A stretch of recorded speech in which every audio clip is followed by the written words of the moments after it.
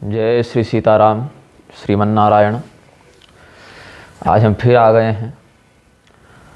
क्या कहने, आज शंबुक का वध करेंगे। शंबुक का वध बहुत आवश्यक था, लेकिन दुर्भाग्य से क्या हुआ, शंबुक को अपने वध से कोई दिक्कत नहीं थी, आधुनिक विचारकों को दिक्कत हो गई जिनमें विचार है ही नहीं। और जिनमें विचार नहीं है उनमें से 3 लोगों का हम नाम लेना चाहेंगे, जिसमें पहला नाम है रामभद्राचार्य का, दूसरा नाम है कुमार विश्वास का, तीसरा नाम है मनोज मुंतशिर का, और इनके सहयोगियों का, समर्थकों का, अनुयायियों का, जो इनकी बकवास को लाखों लोगों के पास पहुंचाते हैं और उनको भ्रमित करते हैं। श्री रामचंद्र जी के चरित्र में शंबुक वध को बहुत ही विवादास्पद माना जा रहा है आज के मूर्खों के द्वारा, और इसमें सबसे बड़ा हाथ ये हो गया है आजकल की जो राजनीतिक स्थिति है, जिसमें मिशनरियों के बहकावे में आने वाले अंबेडकर, पेरियार और फुले और इन जैसे धर्मद्रोहियों के समर्थक गण जो भगवान श्री रामचंद्र जी के शंबुक वध संबंधी वृत्तांत के आधार पर यह कहना चाहते हैं कि पूर्व काल में अत्याचार हुआ और अन्याय हुआ, शोषण हुआ। और रामभद्राचार्य जैसे दूसरे श्रेणी के मूर्ख जो डर जाते हैं, सहम जाते हैं कि नहीं नहीं मेरे राम जी पर कलंक मत लगाओ, हाय रे दैया, मत बुलाओ, मत लगाओ, मत लगाओ कलंक, ऐसा कुछ हुआ ही नहीं था, ये तो बाद में किसी ने जोड़ दिया, बाद में किसी ने मिला दिया वाले राग अलापते हुए, वाली प्रलाप बुद्धि का प्रदर्शन करते हुए छाती पीटते रहते हैं। अब हम शंबुक वध के विषय में चर्चा करेंगे। शंबुक वध बिल्कुल प्रामाणिक बात है, असंदिग्ध बात है। भगवान श्री रामचंद्र जी ने शंबुक का वध करके बहुत बढ़िया किया, और भी अगर कोई वैसा व्यक्ति कुकर्म करता तो उसका भी वध किया जाता और किया जाना चाहिए। भगवान श्री रामचंद्र जी की आदर्श मर्यादा का यह एक बहुत ही सुंदर उदाहरण है, और कैसे है आज हम लोग इस पर चर्चा करेंगे। शंबुक के बिंदु पर चर्चा करते हैं। शंबुक के प्रसंग का आरंभ होता है ब्राह्मण के बच्चों के मरने से। ब्राह्मण अपने नवजात शिशुओं को मरा हुआ देखकर उनकी मृत्यु से खिन्न होकर मृत बालक को राम जी के दरबार में लाकर रख देता है और राम जी को उसका दोषी ठहराता है। तो राम जी को आकाशवाणी के कारण यह ज्ञात होता है कि शंबुक नाम का एक शूद्र वन में उल्टा टंग कर धूम्रपान करके घोर तपस्या कर रहा है, और ऐसी तपस्या शूद्र के लिए पाप है, विहित नहीं है। उसी पाप का निवारण राम जी नहीं कर रहे थे, जिसके कारण राम जी उसके पाप में भागीदार हो गए, और राम जी जब स्वयं पाप में भागीदार हो गए तो राजा के पाप युक्त होने के कारण ही प्रजा में यह कष्ट हो गया। ये बात है लोक दृष्टि से। ऐसे तो राम जी निष्पाप हैं, पतित पावन हैं, उनको स्वयं कोई पाप बाधित नहीं करता, लेकिन राजा की दृष्टि से चिंतन करें तो ये बात है। अब ऋषि महर्षियों ने बताया कि अब्राह्मणो नवै कश्चित तपस्तपति राघव अमृतवस्तदा सर्वे जायन्ते चिरजीविनः। और आगे भविता शूद्र योन्याम तो तपश्चर्या कलौ युगे सते विषय पर्यंते राजन उग्रतरम तप। कि राम जी ब्राह्मण को छोड़कर कोई दूसरा व्यक्ति कठोर तपस्या नहीं करता है। सभी प्राणी अकाल मृत्यु से मुक्त होकर दीर्घायु होते हैं। तब एक ब्राह्मण के परिश्रम से सबको लाभ हुआ। यहाँ क्या कहा जा रहा है, अब ब्राह्मणों नवै कश्चित तपस्तपति राघव अमृत्यवस्तदा सर्वे जायन्ते चिरजीविनः। जब ब्राह्मण को छोड़कर कोई व्यक्ति ऐसी कठोर तपस्या नहीं करता, मतलब केवल ब्राह्मण करता है, तो सभी प्राणी चिरंजीवी होते हैं, अकाल मृत्यु किसी की नहीं होती। इस श्लोक को ध्यान से आप श्रवण करेंगे। एक ब्राह्मण के परिश्रम से सबों को लाभ हुआ, ऐसे ही सभी वर्ण वाले अपनी निश्चित मर्यादा के अनुसार कर्म को करते हैं तो सबको लाभ होता है, अन्यथा सबकी हानि होती है। शूद्र को यदि तपस्या करनी है तो कलयुग में करे, क्योंकि कलयुग में तपस्या शूद्र में प्रतिष्ठित हो जाती है, किंतु इस त्रेता युग में शूद्र के लिए ऐसी तपस्या का विधान नहीं है। तो कैसी तपस्या शूद्र को करनी चाहिए यह भी निश्चित है। ये नहीं कि अपने मनमौजी तपस्या करने लगे। रामदेव ने स्वयं को ब्राह्मण घोषित कर रखा है अभी, लेकिन अगर रामदेव को कोई गाली गलौज कर दे तो अभी STSC एक्ट लगवाने घुस जाएगा। हालांकि वो STSC माता भी नहीं है, OBC श्रेणी में आएगा सरकार की दृष्टि से, लेकिन स्वयं को ब्राह्मण घोषित कर रखा है उसने। अब आप पूछेंगे कि तपस्या करने से भी पाप होता है क्या? बिल्कुल होता है। शूद्र के लिए कठोर तपस्या का निषेध है। ये सब कष्ट भोगने के लिए ब्राह्मण है। ब्राह्मणस्य हि देहोयं क्षुद्र कामाय निश्चते। तो शूद्र का कार्य क्या है? अपने जाति के अंतर्गत समाज की सेवा करना, शिल्पकार, शस्त्रकार, रत्न का कार्य, निर्माण कार्य, लकड़ी का काम, लोहा, खनिज, चमड़ा, यंत्र, वस्त्र इत्यादि सब का कार्य जो है शूद्र वर्ण का है। अब बोलेंगे ये तो गड़बड़ बात है, तो भाषा बदल देते हैं। आज की भाषा में कहे तो फैशन डिजाइनिंग का काम शूद्र वर्ण का है। बढ़िया लगा सुन के। पेट्रोलियम का काम शूद्र का है, जियोलॉजी का काम शूद्र का है, जियोमोलॉजी का काम भी शूद्र का है, इंजीनियरिंग का काम भी शूद्र का है बहुत से विभागों में, सिविल इंजीनियरिंग का काम भी शूद्र करता है, डिफेंस इक्विपमेंट भी वो बना सकता है, ऑटोमोबाइल सेक्टर में उसका काम है, सर्विस सेक्टर में काम है, कॉस्मेटिक्स में काम है, हॉर्टिकल्चर में काम है, आर्ट एंड क्राफ्ट में काम है, कंस्ट्रक्शन में काम है। अब बढ़िया लग रहा है सुन के, हाँ बहुत बढ़िया करियर है शूद्र के लिए। अब भाषा ठीक है ना। ब्राह्मण तो दूध, नमक और तेल का व्यापार भी कर ले या शस्त्रजीवी हो जाए तो नरक जाना पड़ता है। कृष्ण भगवान ने अर्जुन को गीता के 18वें अध्याय के श्लोक 45-46 में कहा है, स्वे स्वे कर्मण्यभिरतः संसिद्धिं लभते नरः स्वकर्म निरतः सिद्धिं यथा विन्दति तच्छृणु यतः प्रवृत्तिर्भूतानां येन सर्वमिदं ततं स्वकर्मणात्मभ्यर्च्य सिद्धिं विन्दति मानवः। अपने अपने स्वाभाविक कर्म में अभिरत मनुष्य संसिद्धि को प्राप्त कर लेता है। स्वकर्म में रत मनुष्य किस प्रकार से सिद्धि प्राप्त करता है वो सुनो। जिस परमात्मा से संपूर्ण प्राणियों की उत्पत्ति होती है और जिससे यह संपूर्ण संसार व्याप्त है, उस परमात्मा का अपने कर्म के द्वारा पूजन करके मनुष्य परम सिद्धि को प्राप्त होता है। ध्यान दे, अपने कर्म के द्वारा, उस कर्म के द्वारा नहीं जिसको आपने चुन रखा है। जो आपका कर्म पहले से निश्चित है, उस कर्म के द्वारा जिसके लिए उसे निश्चित वर्ण, जाति, गोत्र, कुल, क्षमता के साथ युक्त करके भेजा गया है। तो सामान्य तपस्या तो शूद्र कर सकता है, लेकिन जैसी तपस्या शंबुक कर रहा था उल्टा टंग के धुआं पी के, वैसी तपस्या नहीं। सामान्य तपस्या, व्यवहारगत तपस्या क्या है? श्रीमद् भगवद गीता के 17वें अध्याय के श्लोक 14 से 16 तक देखें। देव द्विज गुरु प्राज्ञ पूजनम शौचमार्जवम ब्रह्मचर्य महिंसा च शारीरम तप उच्यते अनुद्वेग करं वाक्यं सत्यम प्रिय हितं च यत् स्वाध्यायाभ्यसनं चैव वाङ्मयं तप उच्यते मनः प्रसाद सौम्यत्वं मौनम् आत्मविनिग्रहः भाव संशुद्धिरित्येतत् तपोमानसमुच्यते। देवता, ब्राह्मण, गुरुजन और जीवन मुक्त महापुरुष आदि का सत्कार करना, शुद्धि रखना, सत्य, सरलता इत्यादि का पालन करना, सत्य नहीं, सरलता का पालन करना, ब्रह्मचर्य का पालन करना, हिंसा न करना, ये सब शरीर संबंधी तपस्या कही गई है। उद्वेग नहीं करने वाला, सत्य, प्रिय, हितकारक भाषण बोलना, स्वाध्याय करना, अभ्यास करना, यह वाणी संबंधी तप कहा गया है। मन की प्रसन्नता, सौम्य भाव, मननशीलता, मन पर नियंत्रण, भावों की शुद्धि, ये सब मन संबंधी तपस्या कहे गए हैं। ये सभी सामान्य तप हैं जिसको अपनी वर्ण मर्यादा के अनुसार सभी स्त्री पुरुष आदि को करना चाहिए, लेकिन उल्टे टंग के धुआं पी के कठोर तपस्या करने का नियम शूद्र के लिए नहीं है। शंबुक के पास जाकर राम जी ने उसको तपस्या के तेज से प्रकाशित देखा। उसका मुख नीचे था, वह अग्निकुंड से धूम्रपान कर रहा था, उसके शरीर में जगह जगह पंचाग्नि के दाग से जलने के निशान थे। तो राम जी ने उसका परिचय और तपस्या का उद्देश्य पूछा। पद्म पुराण के केवल वाल्मीकि जी के उत्तरकांड में ही, वाल्मीकि रामायण के उत्तरकांड में ये बात ऐसी नहीं, अनेकानेक ग्रंथों में इसका वर्णन है। अनेकानेक आचार्यों ने, मध्वाचार्य जी ने, वल्लभाचार्य जी इत्यादि आचार्यों ने इसका व्यवहार में, अपने भाष्य में, अपने ग्रंथों में वर्णन किया है। मैं आपको सारा कुछ बता रहा हूं जो प्रधान है। सब तो हरिअरमता, हरिकथारमता के आधार पर है, बता नहीं सकते, लेकिन जो प्रधान है, श्रद्धालु लोगों का भ्रम जिससे दूर हो जाए उतना हम बताएंगे। पद्म पुराण के पाताल खंड के अध्याय 35 के श्लोक 70 से 73 तक देखिए। उवाच राघवो वाक्यम धन्यस्त्वमर प्रभ कस्याम यौनो तपो वृद्धिर्वर्तते दृढ़ निश्चय अहम दाशरथी रामः पृच्छामित्तां कुतूहलात् कोर्थो व्यवसितस्तुभ्यं स्वर्गलोकोऽथ त्वेतरः किमर्थं तप्यसे वा त्वं श्रोतमिच्छामि तापस ब्राह्मणो वासि भद्रं ते क्षत्रियो वाथ दुर्जयः वैश्यस्तृतीय वर्णो वा शूद्रो वा सत्यमुच्यतां तपः सत्यात्मकं नित्यं स्वर्गलोक परिग्रहे। राम जी ने जाकर पूछा कि देवताओं के समान तुम्हारा तेज है तपस्या के कारण, तुम धन्य हो। इस प्रकार से कठिन तपस्या करने वाले तुम हो कौन? तुम्हारा निश्चय तो बड़ा दृढ़ लग रहा है। तुम किस योनि में जन्म लेकर अपनी तपस्या को बढ़ा रहे हो? मैं दशरथ पुत्र राम हूं और कुतूहल बस तुमसे पूछता हूं, कहीं तुम्हें स्वर्ग की कामना तो नहीं, अथवा कुछ और बात है तो बताओ, तुम्हारा कल्याण हो। तुम ब्राह्मण हो कि क्षत्रिय हो या तृतीय वर्ण वाले वैश्य हो या शूद्र हो, तुम्हारी इस उग्र तपस्या का उद्देश्य क्या है? देखो, सत्य में ही तपस्या निहित रहती है। सत्य के ही पालन से स्वर्ग आदि दिव्य लोकों की प्राप्ति होती है, अतः तुम सत्य कहो। अब राम जी की बात सुनकर शंबुक ने क्या कहा है? पद्म पुराण के सृष्टि खंड के अध्याय 35 के श्लोक 79-80 को देखिए। स्वागतम ते नृपश्रेष्ठ चिरादृष्टोसि राघव पुत्र भूतोस्मि ते चाहम पितृभूतोसि मेनघ अथवा नय तो देवम ही सर्वेषां नृपतेः पिता सत्वमर्च्योसि भो राजन वयम ते विषय तप।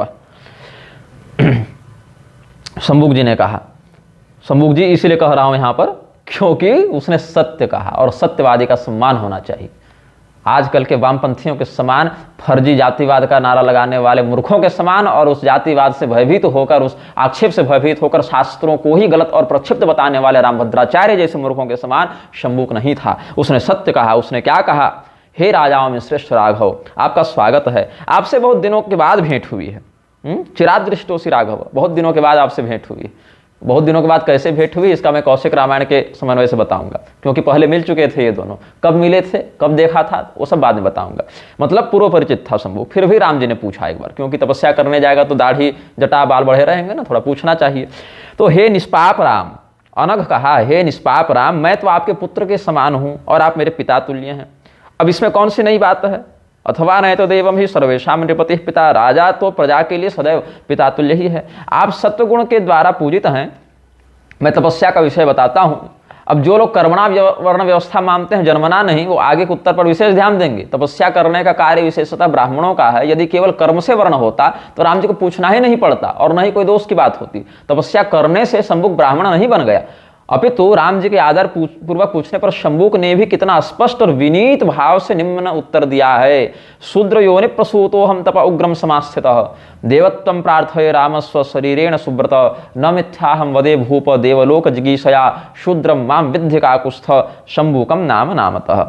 पद्म पुराण के सृष्टि खंड के अध्याय 35 के श्लोक 83-84 में कहता है, हे श्रेष्ठ व्रत का पालन करने वाले राम, मैं शूद्र योनि में उत्पन्न हुआ शंभुक हूँ। मैं यहाँ उग्र तपस्या में लीन हूँ। मेरी इच्छा है मैं इसी शरीर से देवता बन जाऊँ। देवत्वम प्रार्थये राम स्व शरीरेण सुब्रत।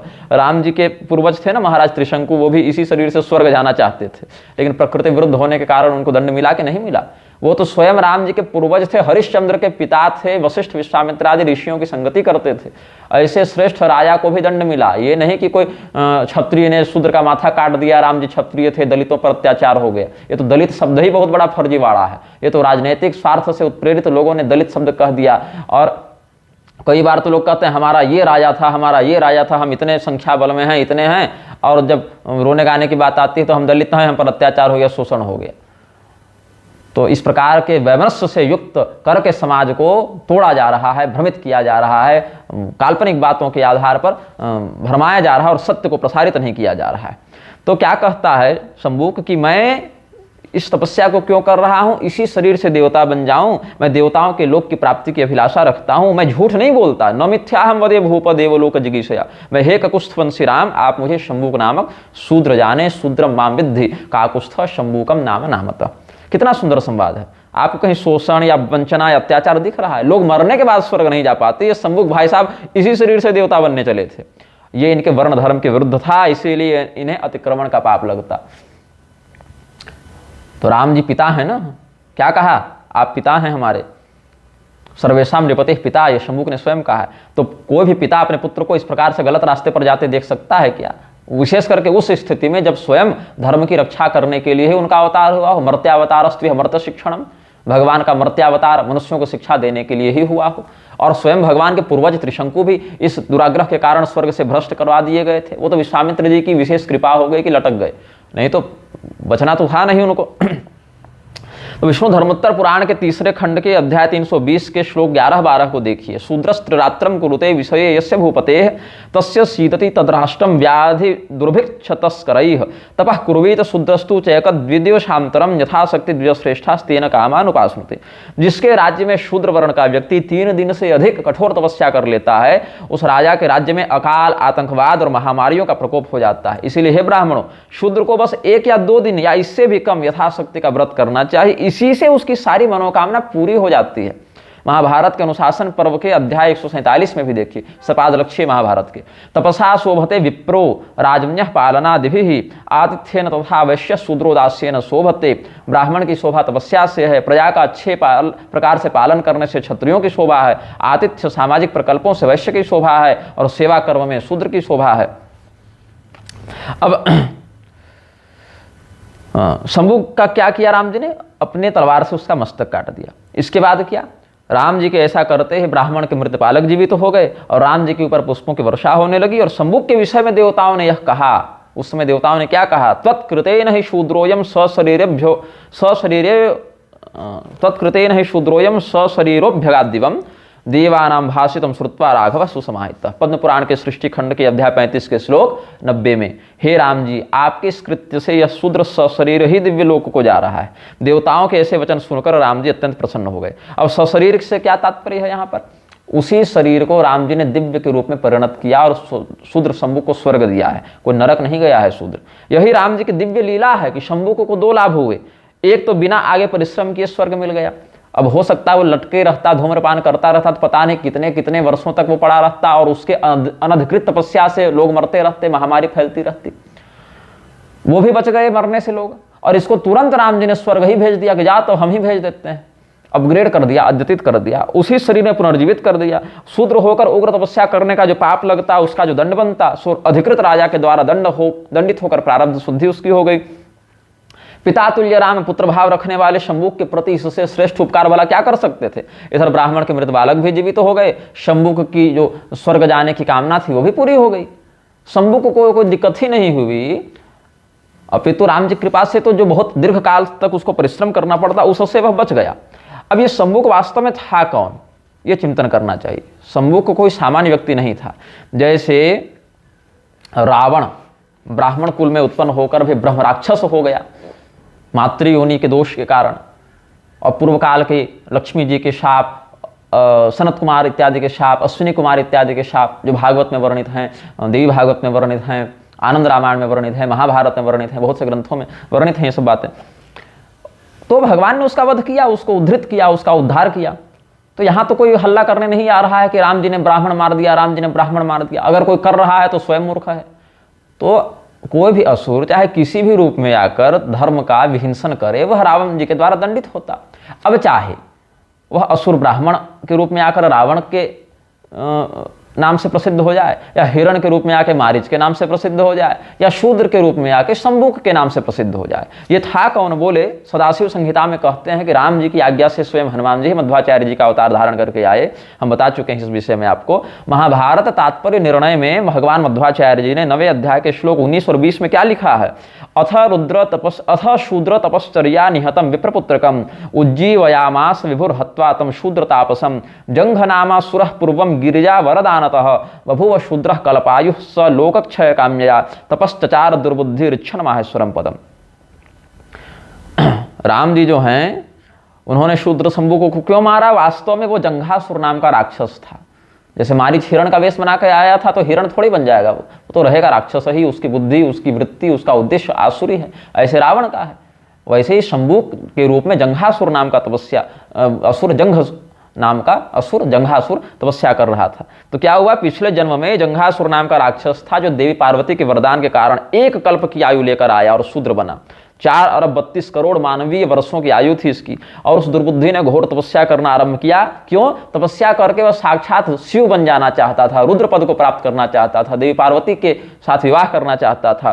तो माहेश्वर पद को प्राप्त करने की इच्छा से स्वयं हम ही महादेव बन जाएं, इस इच्छा से भी तपस्या कर रहा था। उसकी योजना बहुत लंबी थी, केवल यहाँ से स्वर्ग जाना नहीं, स्वर्ग के बाद उसको रुद्र पद भी प्राप्त करना था। लेकिन जैसे भगवान के बाण का स्पर्श प्राप्त करके मारीच ने आसुरी शरीर का परित्याग किया और शुद्ध बुद्धि से युक्त हो गया, दिव्य लोक गया। या कबंध, विराध इत्यादि राक्षसों को भगवान ने जब मारा है तो वे शुद्ध निर्मल चित्त वाले हो गए हैं।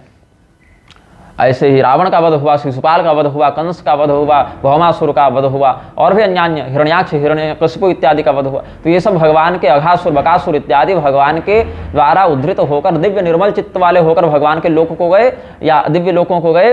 तो उसी प्रकार से ये जंघासुर को भी भगवान ने मारा है, तो इसकी बुद्धि भी सुधरी और ये भी दिव्य लोक को गया। तो यहाँ पर जो रुद्र पद को प्राप्त करके संसार को नष्ट करना चाहे, क्यों?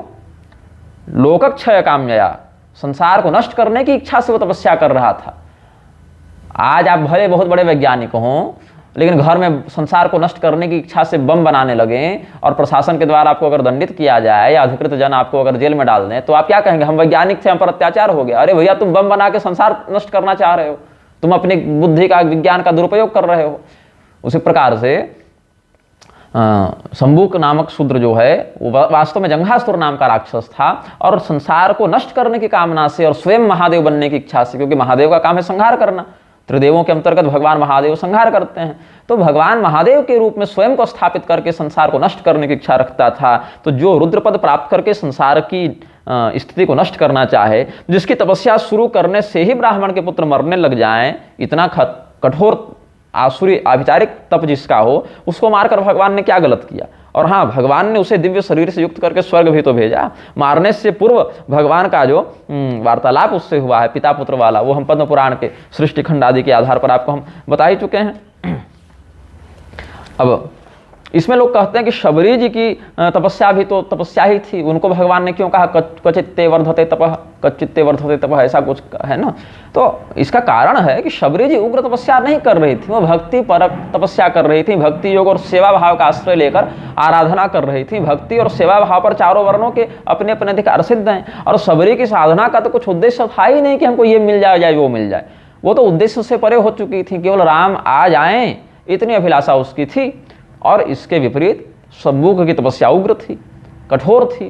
शंभुक की तपस्या से संसार में प्रतिफल दूसरा हो रहा था, शबरी जी की तपस्या से किसी को कोई समस्या नहीं हो रही थी, कोई किसी को कष्ट नहीं था, इसीलिए उनकी तपस्या में कोई दिक्कत नहीं हुई। वो सामान्य सदाचार और भक्ति का ही केवल पालन कर रही थी, ऐसा समझना चाहिए। अब एक इसमें प्रश्न उठता है जो कि लोगों के द्वारा उठाया जाता है कि उत्तरकांड में ही कहते हैं, नाकाले म्रियते कश्चिन न व्याधे प्राणिनाम तथा नानार्थो विद्यते कश्चित रामे राज्यम प्रशासति। राम जी के राज्य में किसी की अकाल मृत्यु नहीं होती थी, किसी प्रकार की व्याधि से कोई पीड़ित नहीं होता था। यदि ये बात सत्य मान लें तो ब्राह्मण का बालक अकाल मृत्यु से ग्रस्त कैसे हो गया? अगर ब्राह्मण के बालक का मरना सही माने तो ये श्लोक प्रक्षिप्त कह देंगे, और अगर ये श्लोक सही माने तो शंभु वध प्रकरण प्रक्षिप्त हो जाएगा। ये प्रश्न उठेगा ना। दूसरा प्रश्न ये उठता है कि राम राज्य में ऐसी कौन सी न्याय प्रक्रिया थी या कौन सा ऐसा नियम चलता था कि कर्म कोई और करता और फल कोई और भोगता? तपस्या कर रहा है शंभु और मर जा रहा है ब्राह्मण का बच्चा, ऐसा कैसे हो गया? और यह भी प्रश्न उठेगा कि दंड देना राजा का धर्म है, लेकिन उसे क्रियान्वित करना राजा का कर्म कैसे है? मतलब राजा ने कहा कि दंड दो, लेकिन स्वयं माथा काटने राजा कैसे पहुंच जा रहा है? राजा रामचंद्र जी स्वयं राजा थे तो वो कह देते चलो दंड दिया, लेकिन स्वयं माथा काटने कैसे पहुंच गए, ये भी बात है। और कुछ लोगों ने तो यह भी कुतर्क किया है कि श्री रामचंद्र जी ने तलवार से शंभु का मस्तक काटा, लेकिन कहीं इससे पहले तलवार का तो वर्णन नहीं मिलता, धनुष बाण इत्यादि का वर्णन मिलता है। और इधर क्या मजे की बात है कि उधर उसका माथा कटा और इधर ब्राह्मण का बच्चा जिंदा हो गया। यहाँ कौन सा कर्म का सिद्धांत चरितार्थ हुआ भाई? ये सब विसंगतियों के कारण शंभु वध प्रक्षिप्त है। ये सब प्रलाप रामभद्राचार्य करता रहता है, पंडित रामाधर शर्मा उपाध्याय भी ये सब कुतर्क कर चुके हैं। तो हमने इन सभी बातों का प्रतिखंडन अपनी पुस्तक में किया है, वहीं से मैं आपको बता रहा हूं, क्योंकि सारे प्रमाण हमने लिख कर रखे थे। उत्तरकांड प्रसंग एवं संन्यासाधिकार विमर्श इस पुस्तक का नाम है, इसी पर हमने लिखा है ये सब।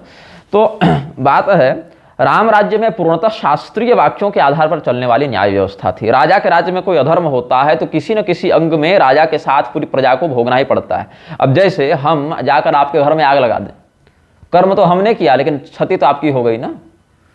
जो प्रश्न किया जा रहा है कि कर्म शंभु कर रहा था तो ये ब्राह्मण का बच्चा कैसे मर गया, तो अगर हम जाकर आपके घर में आग लगा दें तो आग आपने नहीं लगाई, घर वाले ने नहीं लगाई, लेकिन मेरे कर्म से आपकी हानि हुई ना, आपके ही प्रारब्ध से हुई कुछ ऐसा कि हमने किया, लेकिन प्रत्यक्ष देखें तो कर्म हमारा और परिणाम आपका। अब बात जब है तो चलेगी। क्या कहते हैं, विप्राणाम कर्म दोषश्च प्रजानाम जायते क्षयः। ब्राह्मण यदि अपने कर्म को दूषित कर ले तो प्रजाओं का नाश होता है। क्यों? ब्राह्मण माथा है ना, दिमागी भ्रष्ट हो जाएगा तो बाकी सारे अंग तो विकृत हो ही जाएंगे। ब्राह्मण अगर अपने धर्म में निष्ठा रखे तो सभी वर्णों को अपने धर्म के अनुसार लगा कर रखता है, सबका कल्याण होता है। तो विप्राणाम कर्म दोषश्च प्रजानाम जायते क्षयः स्कंद पुराण के माहेश्वर खंडांतर्गत कौमारिका खंड के अध्याय 40 के श्लोक 222 में कहते हैं।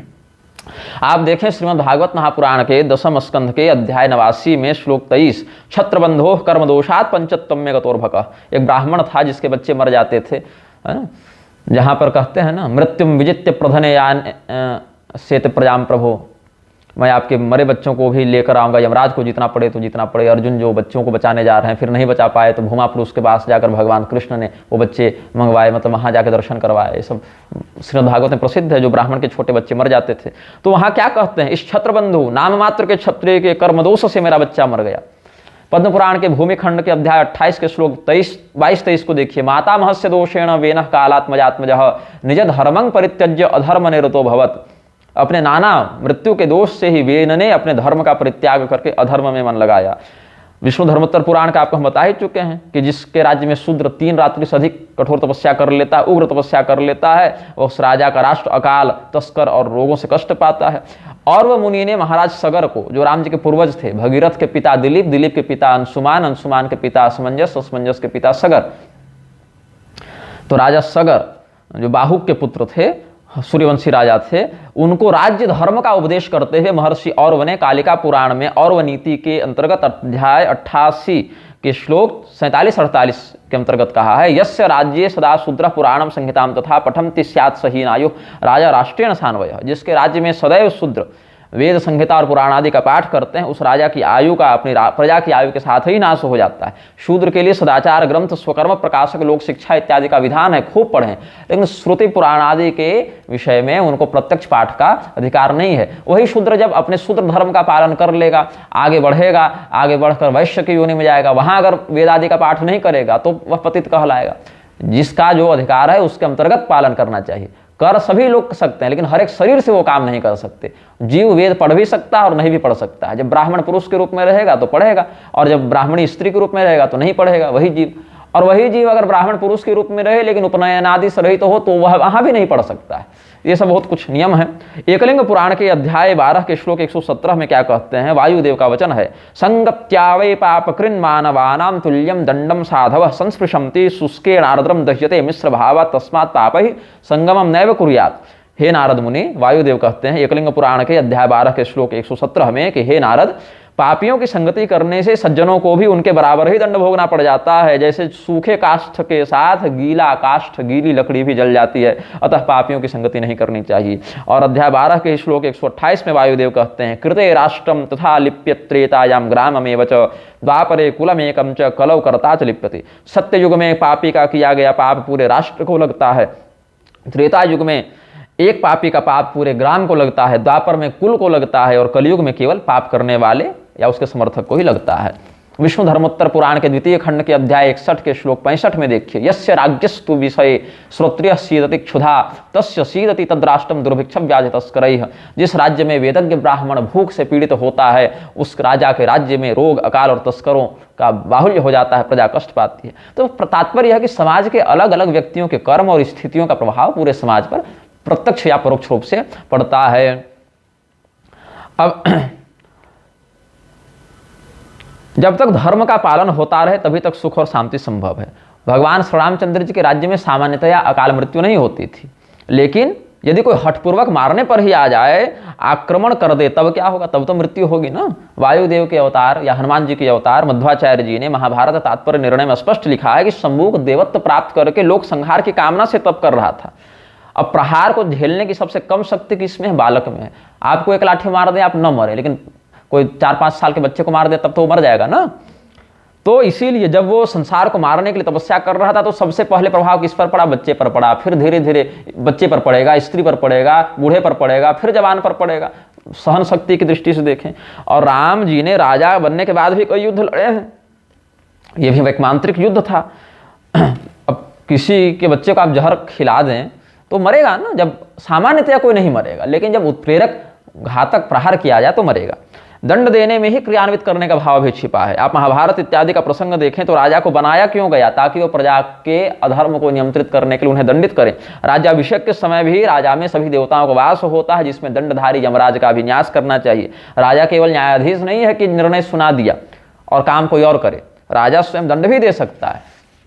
शंभू को मारने में कोई दूसरा समर्थ नहीं था ना, क्योंकि एक तो बहुत तेजस्वी था, बलवान था, जंघासुर नाम का राक्षस था, पार्वती देवी को प्रसन्न करके वरदान मांगा था, कुटिलता से रुद्रपद को हथियाना चाहता था। कोई निरीह असहाय भजनानंदी सीधा साधा शूद्र नहीं था वो। जैसे ब्राह्मण के वेश में रहते हुए भी राक्षस राज रावण लोक संहार करता था, वैसे ही जंघासुर भी शूद्र शंभू के वेश में लोक संहार का उपक्रम करता था। यह भाव समझना चाहिए। अगर ब्राह्मण के रूप में कोई राक्षस आ जाए और वह भगवान के भक्तों पर अत्याचार करने लगे, भगवान के अनुशासन को तोड़ने लगे, धर्म की हानि करने लगे, तो वह भले रावण हो, ब्राह्मण के रूप में हो, लेकिन उसको मारना पड़ता है। क्षत्रिय के रूप में कालनेमी अगर आकर, कंस के रूप में, जरासंध के रूप में ये सब असुर अगर अत्याचार करने लग जाएं तो भगवान उनका भी वध करते हैं। ऐसे ही पशु पक्षी के रूप में मारीच हिरण बनकर आया, अघासुर, बकासुर, केसी और धेनुकासुर, अरिष्टासुर, ये सब पशु पक्षियों के रूप में आए, उनका भी भगवान ने वध किया। यहाँ तक कि गाय बैल और बछड़े के रूप में आए वत्सासुर और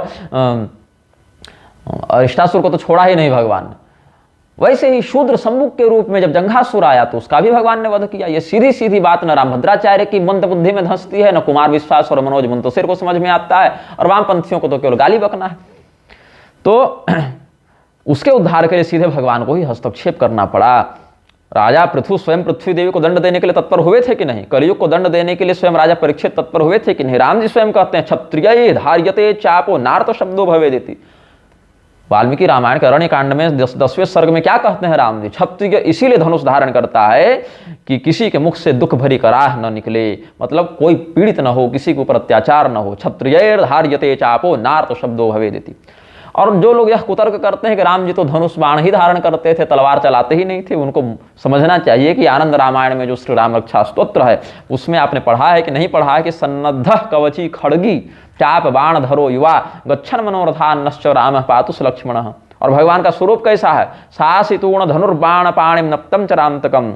असी कहते हैं तलवार को, तूण कहते हैं तरकस को, और धनुर्बाण पाणिम धनुष बाण हाथ में लेकर, मतलब उससे सज्जित होकर भगवान रात्रि में विहार करने वाले निशाचरों का वध करते हैं। सन्नद्ध कवची खड़गी, कैसे हैं राम और लक्ष्मण का स्वरूप? युवा हैं, धनुष बाण धारण किए हैं, तलवार धारण किए हैं, कवच धारण किए हैं।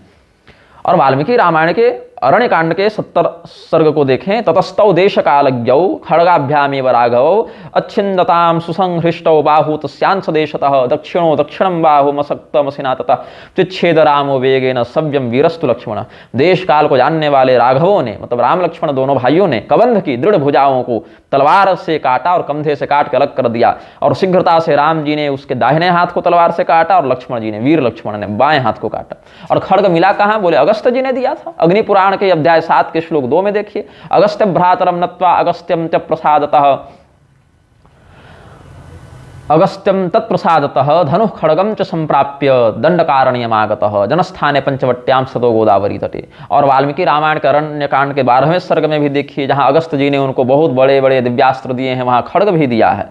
इदम दिव्यम महच्चापम हेम वज्र विभूषितम वैष्णवम पुरुष व्याघ्र निर्मितम विश्वकर्मणा अमोघ सूर्य संकाशो ब्रह्मदत्त शरोत्तमः दत्तो मम महेन्द्रेण तूणी चाक्षय सायकौ संपूर्णो निशितैर्बाणर्ज्वलद्भिर्वपावकैः महारजतकोशोप्य मसे हेम विभूषितः अनेन धनुषा राम हत्वा संख्ये महासुरान आजहारश्रियम दीप्तां पुरा विष्णुर्दिवौकसां तद धनुस्तौ चतूणी च शरम खड्गम च मानद जयाय प्रतिगृह्णीस्व वज्रम वज्रधरो यथा। सोने से मढ़ी तलवार और चांदी की म्याम दी है भगवान श्री रामचंद्र जी को अगस्त जी ने। और राम जी तो खड्गधारी थे, लक्ष्मण भी थे ना, और समयानुसार प्रयोग भी करते थे। आखिर सूर्पणखा के नाक कान कैसे कटे थे? वाल्मीकि रामायण के अरण्य कांड के सर्ग 18 में देखिए, इत्युक्तो लक्ष्मण तस्याः क्रुद्धो रामस्य पश्यतः इत्युक्तो लक्ष्मणस्तस्याः क्रुद्धो रामस्य पश्यतः उद्धृत्य खड्गम चिच्छेद कर्णनाशम महाबल। ऐसे ही अब कहते हैं कि शंभुक का सिर इधर कटा, उधर ब्राह्मण बालक जी उठा, ये कैसे हो गया? अरे भाई, इससे पहले भगवान ने पूरी वानर सेना को जीवित कर दिया था, यहाँ तो एक बच्चा जीवित करना है।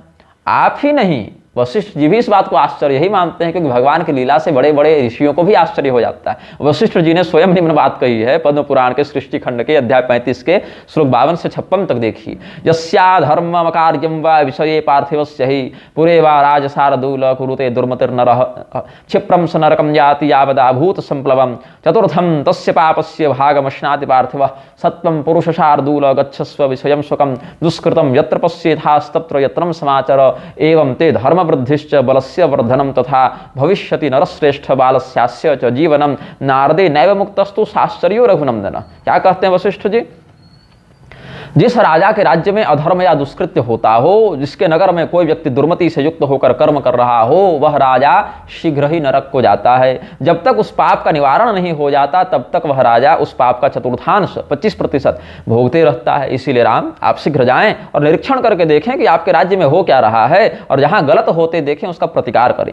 इसी से तुम्हारे धर्म और बल दोनों की वृद्धि होगी। इसके बाद ही यह बालक पुनर्जीवित होगा। इस आश्चर्यजनक बात को नारद मुनि पहले ही मुझे बता चुके हैं। तो हमने क्या देखा? न तो शंभु का वध कोई दूसरा कर सकता था, क्योंकि वो जंघासुर नाम का राक्षस था, पार्वती देवी के वरदान से युक्त था, और न राम जी शांत रह सकते थे, क्योंकि राजधर्म का पालन करना है। तो एक तो शंभु को कोई लोकोपकारी कृत्य नहीं कर रहा था, और दूसरे गुरु वशिष्ठ ने स्वयं कहा कि जाकर देखो कि राज्य में क्या गड़बड़ है और उसका समाधान करो, ऐसा आदेश राम जी को दिया था। तो ये लोग जो हैं मूर्खजन कुतर्क करते चलते हैं कि राम जी तलवार नहीं रखते थे तो शंभु का वध प्रक्षिप्त है। ये सब समझना चाहिए कि इन्होंने ढंग से वाल्मीकि रामायण का भी अध्ययन नहीं किया है, इसीलिए ऐसी दुर्बुद्धि इनके मन में व्याप्त हो गई है। और दिखाना तो है हम सर्वज्ञ हैं, ऋग्वेद से लेकर हनुमान चालीसा तक सब हमारे कंठ में बैठे हुए हैं, ऐसी दुर्बुद्धि से युक्त इनको कहना है। अब एक चिंतन है, एक कुतर्कपूर्ण चिंतन है कि जब राम राज्य के विषय में वाल्मीकि जी ने कह दिया युद्धकांड में कि ब्राह्मणा क्षत्रिया वैश्या शूद्रा लोभ विवर्जिता स्वकर्मसु प्रवर्तन्ते तुष्टा स्वेरैव कर्मभिः आसन प्रजा धर्मरता रामे शासति नानृता सर्वे लक्षण संपन्ना सर्वे धर्मपरायणा। कि राम जी के राज्य में ब्राह्मण क्षत्रिय वैश्य शूद्र कोई भी व्यक्ति लालची नहीं था, सभी लोग अपना कार्य करते थे, अपने कार्यों में संतुष्ट रहते थे। राम राज्य की सारी प्रजा धर्म में लगी रहती थी, झूठ इत्यादि से दूर रहती थी, सभी लोग शुभ लक्षणों से युक्त और धर्मपरायण होते थे। और जब कहते हैं कि ब्राह्मणा क्षत्रिया वैश्या शूद्रा स्वकर्म सुप्रवर्तन्ते, कहे ना, जो अन्वय करेंगे श्लोक का वही होगा। और ब्राह्मणा क्षत्रिया वैश्या शूद्रा धर्मरता, तब शूद्र तपस्या निरत कैसे हो गया, अधर्म कैसे करने लगा? या तो ये दोनों श्लोक गलत होंगे या सम्मुखवध गलत होगा। अब बात ऐसी है कि राम जी के राज्य में सभी लोग अपने अपने कर्म में क्यों लगे रहते थे? इसीलिए नहीं कि राम जी ने सबको सम्मोहित करके रखा है और कमांड दे रहे हैं कि सब ऐसे ऐसे करना, अपितु राजनीति, दंड नीति, धर्माचरण और न्यायशीलता के कारण राम जी ने ऐसा शासनकाल बनाया कि स्वभावतः सबकी प्रवृत्ति धर्म की ओर हो गई। राजनीति का सुपरिणाम है। और रही बात सम्मुख की, तो हम तो पहले बता चुके हैं जंघासुर वाली बात। और शूद्र योनि का आश्रय लेकर तपस्या कर रहा था, इसी शरीर से देवत्व और उसमें भी रुद्रत्व प्राप्त करके लोगों का संहार करना चाहता था।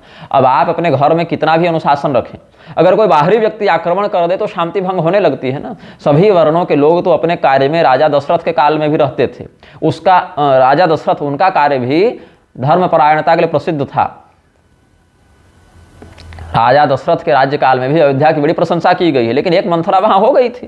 तो यहां समझना चाहिए कि प्रजा इसीलिए गलत काम नहीं करती थी क्योंकि वह राम जी के द्वारा सम्मोहित चल रही थी, अपितु राम जिसको गलत करने ही नहीं देते थे। जहां गलत देखते तुरंत समाधान कर देना, यही राजा का कार्य है। इसीलिए विवेकी प्रजा ज्ञान के कारण धर्म का पालन करती थी और अविवेकी प्रजा दंड के भय से पालन करती थी। जो सत्पुरुष हैं वो जानते थे क्या करना है, इसीलिए धर्म का पालन करते थे। और जो मूर्ख और दुष्ट लोग थे वो भी कहीं हमें राजा का दंड न भोगना पड़े, इसीलिए धर्म का पालन करते थे। अब राम जी की दंड नीति और राजनीति बड़ी उत्कृष्ट थी, इसीलिए उनके राज्य में सभी लोग अपना अपना कार्य करते थे। यही गुण उनसे कुछ पीढ़ी के बाद हुए शत्रुजित में नहीं थी।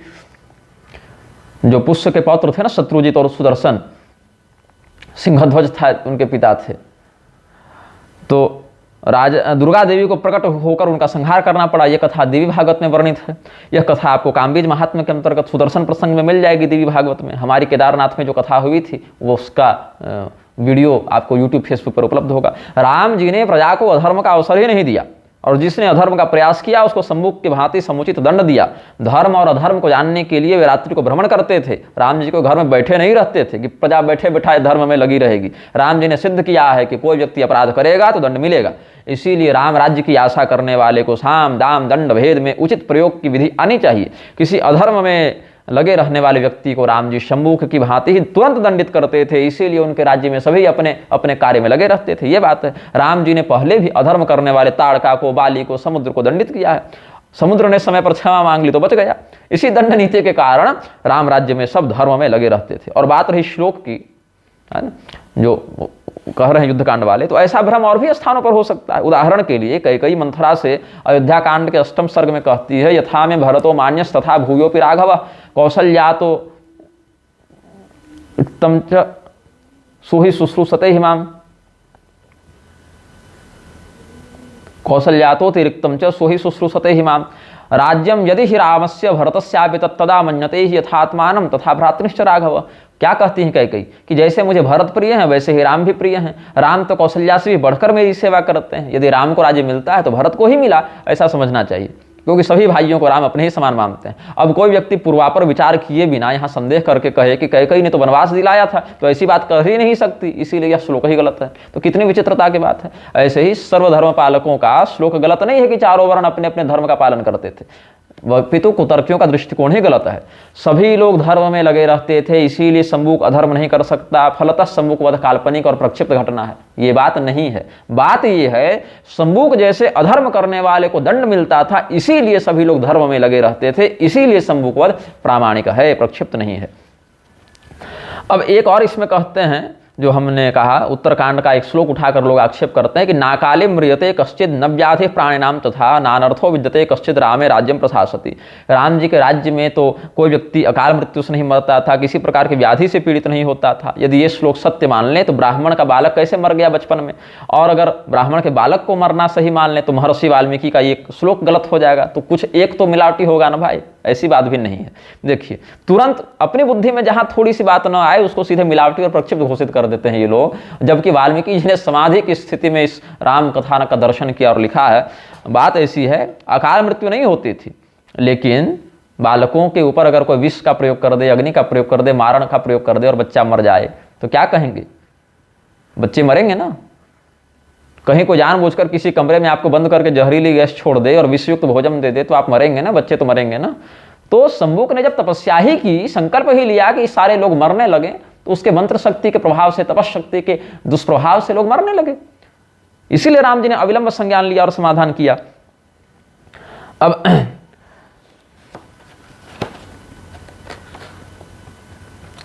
मर्यादा स्थापनार्थम च दंड नीति प्रवर्तते, मत्स्य पुराण के अध्याय 145 में। देखिए विश्व कोरोना से लड़ ही रहा था।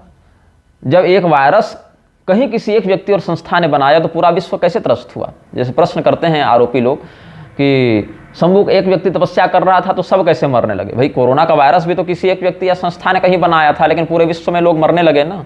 कैसे एक व्यक्ति के कर्म का प्रभाव सब पर पड़ा। कहीं एक बम फटता है तो केवल फोड़ने वाले को मरना चाहिए, जिन लोगों ने उस बम को नहीं बनाया या नहीं फोड़ा वो कैसे मर जाते हैं। और एक यजमान और एक आचार्य मिलकर कोई विधिपूर्वक यज्ञ करते हैं तो समाज को उसका लाभ कैसे मिलता है।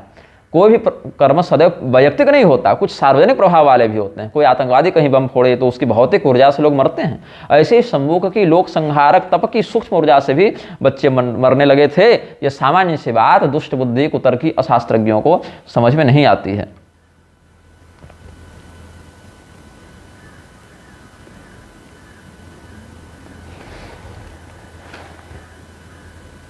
और आप देखें और वो ऋषि के जो प्रकरण में हमने कहा कालिका पुराण वाला राजा सगर को जो राजनीति का उन्होंने उपदेश दिया, वहां क्या कहते हैं, दंड्यांस्तु दंडयेत दंडे रदंड्यान दंडयन नहीं अदंडयन निपो दंड्यान नदंड्यांस चापि दंडयन निपतिर्वाच्यताम प्राप्य चौर अखिल विषमाप्नुयात्। जो दंड के भागी हैं उन्हें राजा दंड दे, और जो दंड के भागी नहीं हैं उन्हें दंड नहीं दे। इसका उल्टा करने से, दोषी को छोड़ देने से और निर्दोष को दंड देने से राजा की अपकीर्ति होती है, बदनामी होती है, उसको चोरी का पाप लगता है। और 84वें अध्याय में देखिए कालिका पुराण में, और अभिशतेषु चोरेषु घातके स्वाततायिषु सततम पृथ्वी पालो दंड पारुष्यमाचरेत नान्यत्र दंड पारुष्यम कुर्यात् नृपति सत्तमः वाक् पारुष्यम च सर्वत्र नैव कुर्यात् कदाचन रक्षणीयम सदा सत्यम सत्यमेकम परायणम। ये सब जिसके ऊपर व्यभिचार फैलाने का, चोरी करने का, हत्या का, आतताई होने का, जहर, आगजनी, आतंकवाद, अपहरण इत्यादि का आरोप लगा हो, उसके समक्ष राजा कठोरतम दंड का आचरण करे, इसके अतिरिक्त विषयों में उतनी कठोरता न रखे। ये सब बातें हैं। और दंड कहते क्यों हैं, अंधे तमसी मज्जेयुर यदि दंडम न पातयेत, मत्स्य पुराण के अध्याय 244 में देखिए 17वें श्लोक के आसपास, यस्मात् दंडो दमयति अदंड्यान दमयत्यपि दमनात् दंडनाच्चैव तस्मात् दंडम विदुर्बुधाः। यदि राजा दंड नहीं देता तो घोर अंधकारमय नरक में जाता है। दंड दुष्टों को दबाता है और जिन्होंने अभी तक अपराध नहीं किया उन्हें भी भविष्य में अपराध करने से रोकता है।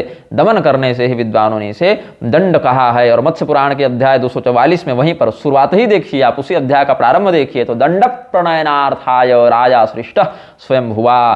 दंड देने के लिए ही, दंड विधान की व्यवस्था के लिए ही ब्रह्मा जी ने राजा का निर्माण किया है। राजदंड भयादेव पापा पापम न कुर्वते, अध्याय 125 मत्स्य पुराण में देखिए, राजा के द्वारा हमें दंडित किया जाएगा, इसी भय से तो पापी लोग पाप नहीं करते हैं। और कैसे, अपराधानुरूपेण दुष्टम दंडेन शासयेत्, महाभारत के अनुशासन पर्व में कहते हैं अपराध के अनुरूप तो राजा दंड दे, मनमौजी दंड न दे। और संन्यास लेकर जो अधर्म का आचरण करे उसे तो जरूर दंड दे। अर्थशास्त्र के तृतीय अधिकरण में आचार्य चाणक्य कहते हैं प्रवज्यासु वृथाचारान राजा दंडेन वारयेत्। यहाँ इस देश में कोई राजा ही नहीं है, तभी रामभद्राचार्य जैसा व्यक्ति, अवधेशानंद जैसा व्यक्ति, कैलासानंद जैसा व्यक्ति, गोविंद देव जैसा व्यक्ति, ये सब जो है सो संन्यास के नाम पर वेश बना लिए हैं और अधर्म करते चलते हैं, लेकिन राजा के द्वारा दंडित नहीं होते। राजा रहेगा तब तो दंड देगा। तो इस प्रकार से बलम ही क्षत्रिय नित्यम बले दंड समाहितः, महाभारत में कहते हैं राजाभिर्धृतदंडा वै कृत्वा पापानि मानवाः निर्मला स्वर्गमायान्ति संतः सुकृतिनो यथा। जिन लोगों ने पाप किया है, यदि अभिषिक्त राजा के द्वारा, अधिकृत राजा के द्वारा उन्हें शास्त्रोक्त दंड मिलता है तो वे पापी भी दंड के कारण निर्मल हो जाते हैं, शुद्ध हो जाते हैं और पुण्यात्माओं के समान स्वर्ग को जाते हैं। इस प्रकार से बहुत कुछ है। पृथु जी ने कहा है ना श्रीमद् भागवत के चौथे स्कंध में, वसुधे ताम वधिष्यामि मच्छासन परांग मुखिम भागम बर्हसि वृंक्ते न तनोति च नो वसु यवसम दग्ध्यनुदिनम नैव दुग्धोध संपयः तस्यामेव हि दुष्टायाम दंडो नात्र न शस्यते। ऐसे करके नादंड्यम दंडयत्येष सुतमात्मदिशामपि दंडयत्यात्मजमपि दंडम धर्मपथे स्थितः। जिसने अपराध न किया हो ऐसे व्यक्ति को महाराज पृथु दंड नहीं देंगे, भले ही इनका अपना पुत्र हो या शत्रु, और जिसने अपराध किया है उसे अवश्य दंड देंगे, चाहे अपना पुत्र ही क्यों न हो। तो इस प्रकार से एष राज्ञां परो धर्मो ह्यार्तानां आर्ति निग्रह अत एनम वधिष्यामि भूतद्रुहम सत्तमम। राजा परीक्षित स्वयं कलियुग को दंड देने के लिए उद्यत हो गए थे। और विष्णु स्मृति, बृहद विष्णु स्मृति के तृतीय अध्याय में राजधर्म के क्या नियम बताए हैं। अपराधानुरूपम च दंडम दंड्ये सुदापयेत सम्यक दंड प्रणयनम कुर्यात् द्वितीयम अपराधम न स कस्यचित् क्षमेत। राजा अपराधियों को अपराध के अनुरूप दंड दे और दंड सदैव उचित दे, और दोबारा वही अपराध अगर कर दे तो फिर तो बिल्कुल ही क्षमा न करे। इस प्रकार से राम जी ने शंभुक को स्वयं ही दंड दिया है। वाल्मीकि रामायण के किष्किंधा कांड के सर्ग 18 में देखिए क्या कहते हैं भगवान श्री रामचंद्र जी। तद्व्यतीतस्य ते धर्मात् कामवृत्तस्य वानर भ्रातृभार्याभिमर्शेऽस्मिन् दंडोऽयं प्रतिपादितः न हि लोकविरुद्धस्य लोकवृत्तादपेयुषः दंडादन्यत्र पश्यामि निग्रहं हरियूथप। हे वानर राज वाले, तुम्हारे आचरण से धर्म का लोप हो जाने के कारण तुमने काम की वशीभूत होकर अपने भाई की पत्नी का बलपूर्वक उपभोग किया है, इसीलिए हमने तुम्हें दंड दिया। जो समाज और धर्म के विपरीत जाकर निंदनीय कर्म करता है, मैं समझता हूं उसे नियंत्रित करने के लिए दंड के अलावा कोई उपाय नहीं है। अब इस पर कुछ बातों पर आप चिंतन करें। शंभुक को कोई और नहीं मार सकता था, क्योंकि वास्तव में जंघासुर नाम का राक्षस था। महाभारत तात्पर्य निर्णय से देख लें, उसे कोई और मार भी देता, अगर हो सकता है कोई और मार दे, तो भी शंभुक का उद्धार नहीं होता, साथ ही उसके साथ किसी दृष्टि से पक्षपात की संभावना हो सकती थी। इसलिए राम जी ने स्वयं मारा, क्योंकि राम जी स्वयं महाकाल हैं, ऐसा भूसुंडी रामायण में वर्णन है राम जी के महाकाल स्वरूप का। और श्री रामचंद्र जी ने जब उसकी इच्छा पूछी तो उसने कहा मैं तपस्या करके देवता बनना चाहता हूं। हालांकि उसने ये नहीं कहा देवता बन के संसार का संहार करेंगे, लेकिन राम जी ने उसका आसुरी देह और आसुरी विचार दोनों का वध किया और इच्छा अनुसार तत्काल उसे शुद्ध करके देवता भी बना दिया। और ब्राह्मण पुत्र जो शंभुक के संहारक तपस्या की ऊर्जा से मर गया था, उसे जीवित भी कर दिया। ये पद्म पुराण से सिद्ध होता है। इस प्रकार से राम जी ने शंभुक के साथ अत्याचार नहीं किया, उस पर कृपा ही की। शंभुक यदि तपस्या करते रहता तो उसे देहजन्य कष्ट भी होता, उसकी तपस्या की कठोर ऊर्जा से लोग मरते रहते, बाद में धर्म विरुद्ध उग्र तप करने से नरक भी जा सकता था, और देवता भी अगर बन जाता तो दुष्ट बुद्धि के कारण लोगों का संहार ही करता। तो राम जी ने कितना सुंदर समाधान किया है कि शंभुक को मारकर उसे कठोर तपस्या के अनधिकृत परिश्रम से बचाया। जिस इच्छा से तपस्या कर रहा था उसे ध्यान में रखते हुए उसकी बुद्धि शुद्ध करके देवता भी बनाया, उसकी लोक संहार की बुद्धि भी सुधर गई, और राम जी के हाथों जैसे उद्धार होकर कबंध इत्यादि भी शुद्ध हो गए थे। और शंभुक की तपस्या की नकारात्मक ऊर्जा से जो मर गया था उस ब्राह्मण पुत्र आदि को भी जीवित कर दिया। ब्राह्मण अपना बेटा पाकर प्रसन्न हो गया, शंभुक तुरंत अपने लक्ष्य में सफल होकर देवता बन जाने से प्रसन्न हो गया, सब मंगल हो गया। अब राम कथा की दिव्यता और निर्मल निष्पक्ष मर्यादा को जो मूढ़ बुद्धि बिना विचार किए अश्रद्धा के कारण मिलावटी कह देते हैं, प्रक्षिप्त कह देते हैं, ऐसे प्रक्षिप्त पीठाधीश्वरों की समझ से ये सब तो दिव्य कथा बाहर है। अब इसमें महाभारत का कुछ लोग एक वर्णन करते हैं, जहां पर युधिष्ठिर जी ने पितामह भीष्म से कहा है कश्चित पितामहे नासित श्रुतम वा दृष्टमेव च कश्चिन मर्त्यो मृतो राजन पुनरुज्जीविति भवत, जीवितो भवत या कुछ होना चाहिए, प्रिंटिंग मिस्टेक लग रहा है। ये शांति पर्व में कहते हैं कि भाई युधिष्ठिर जी ने पूछा है पितामह भीष्म से कि क्या आपने कभी यह देखा या सुना कि कोई मनुष्य मरकर फिर जी उठा हो।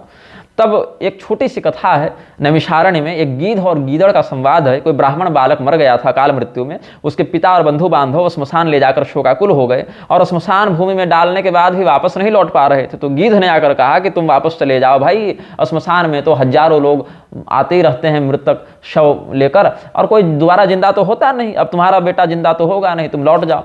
और गीदड़ ने क्या कहा, अरे मूर्खों, तुम लोग अभी लाड़ प्यार कर लो, अभी तो सूर्यास्त भी नहीं हुआ है, तुम वापस मत जाओ, अभी तो तुम यहीं पर रुको, क्योंकि पूर्व काल में सुना गया है कि शंभुक के मरने पर ब्राह्मण का बच्चा जीवित हो गया था, शायद तुम्हारा भी हो जाए। श्रूयते शंभुके शूद्रे हते ब्राह्मणदारक जीवितो धर्म मासाद्य रामात सत्य पराक्रमात्। ये महाभारत के शांति पर्व में है।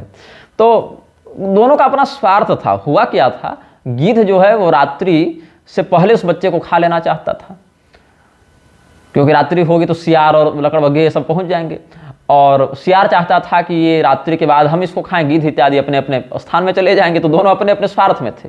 लेकिन कहा जाता है, तो भीष्म पितामह ने इसमें कहा कि तथा धर्म विरोधेन प्रिय मिथ्याभिध्यायिना श्मशानवासिना नित्यं रात्रि मृगयता तदा ततो मध्यस्थतां नीता वचनैरमृतोपमैः जम्बुकेन स्वकार्यार्थं बान्धवास्तस्य धिष्ठिता। तो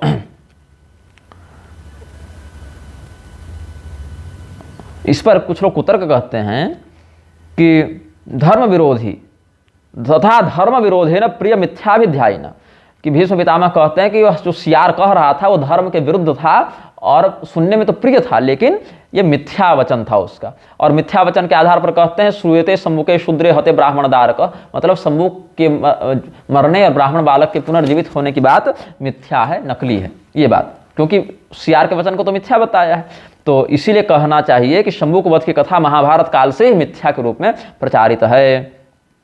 बाद में भगवान शिव जो श्मशान में थे उन्होंने कहा क्यों इतना हल्ला कर रहे भाई, हम ब्राह्मण के बच्चे को ही जीवित कर देते हैं, और गिद्ध और सियार की भूख प्यास को भी भगवान ने मिटा दिया था। ये अलग बात है, लेकिन ये कुतर्क बड़ा हास्यास्पद है, क्योंकि रामभद्राचार्य यह कहता है कि शंभुक वध का प्रकरण किसी मान्य ग्रंथ में नहीं मिलता। ये तो बाद में गुणाढ़ ने जोड़ दिया, या क्षेमेंद्र नामक जैन ने जोड़ दिया, गुणाढ़ नामक बौद्ध ने जोड़ दिया। हालांकि गुणाढ़ और क्षेमेंद्र में ही 1200 सालों का अंतर है, लेकिन रामभद्राचार्य को पता ही नहीं किसने जोड़ा। कुछ कहते हैं अंग्रेजों ने जोड़ दिया, कुछ कहते हैं मुगलों ने जोड़ दिया। लेकिन बात है कि महाभारत काल से बात प्रचारित थी, ऐसा रामभद्राचार्य के ही पक्षधर रामाधार शर्मा उपाध्याय मेरे विरुद्ध कह रहे थे। तो महाभारत काल से ये बात प्रचारित थी, तो मतलब अंग्रेज और मुगल और गुणाढ़ और क्षेमेंद्र के मिलावट करने से, प्रक्षिप्त करने से पहले से 5000 साल पहले से ये बात चल रही थी, और युधिष्ठिर और भीष्म पितामह दोनों बैठ के चर्चा कर रहे थे। पहले तो आपने कहा ना कि सियार ने कहा कि श्रूयते शंभुके शूद्रे हते ब्राह्मणदारक, कि मैंने शंभुक के बारे में सुना है।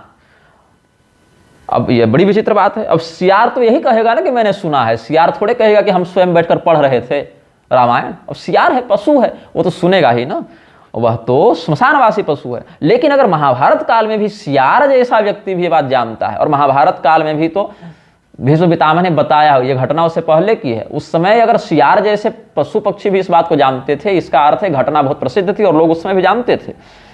और ये भी कहा है सियार ने कि अथ रुद्र कुमारो व ब्रह्मा व विष्णुरेव च वरमस्मै प्रयच्छन्ति ततो जीवेत अयं शिशु। भगवान शिव, कुमार कार्तिकेय, ब्रह्मा या विष्णु इत्यादि कोई बड़े देवता इसको वरदान दे दें तो बच्चा जीवित भी हो सकता है। अब बताइए, अगर कह दें कि सियार का वचन धर्म विरुद्ध है और मिथ्या ही है, तो क्या यह भी वचन मिथ्या हो जाएगा कि देवताओं में पुनर्जीवित करने की क्षमता है?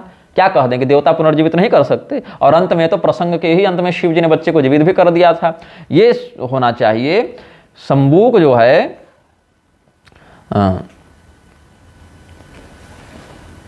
और भगवान ने तो पहले भी इंद्र को कह के पूरी वानर सेना को जीवित करवाया है। मम हे तो पराक्रांता ये गता यमसादनम ते सर्वे जीवितम प्राप्य समुत्तिष्ठन्तु वानरा।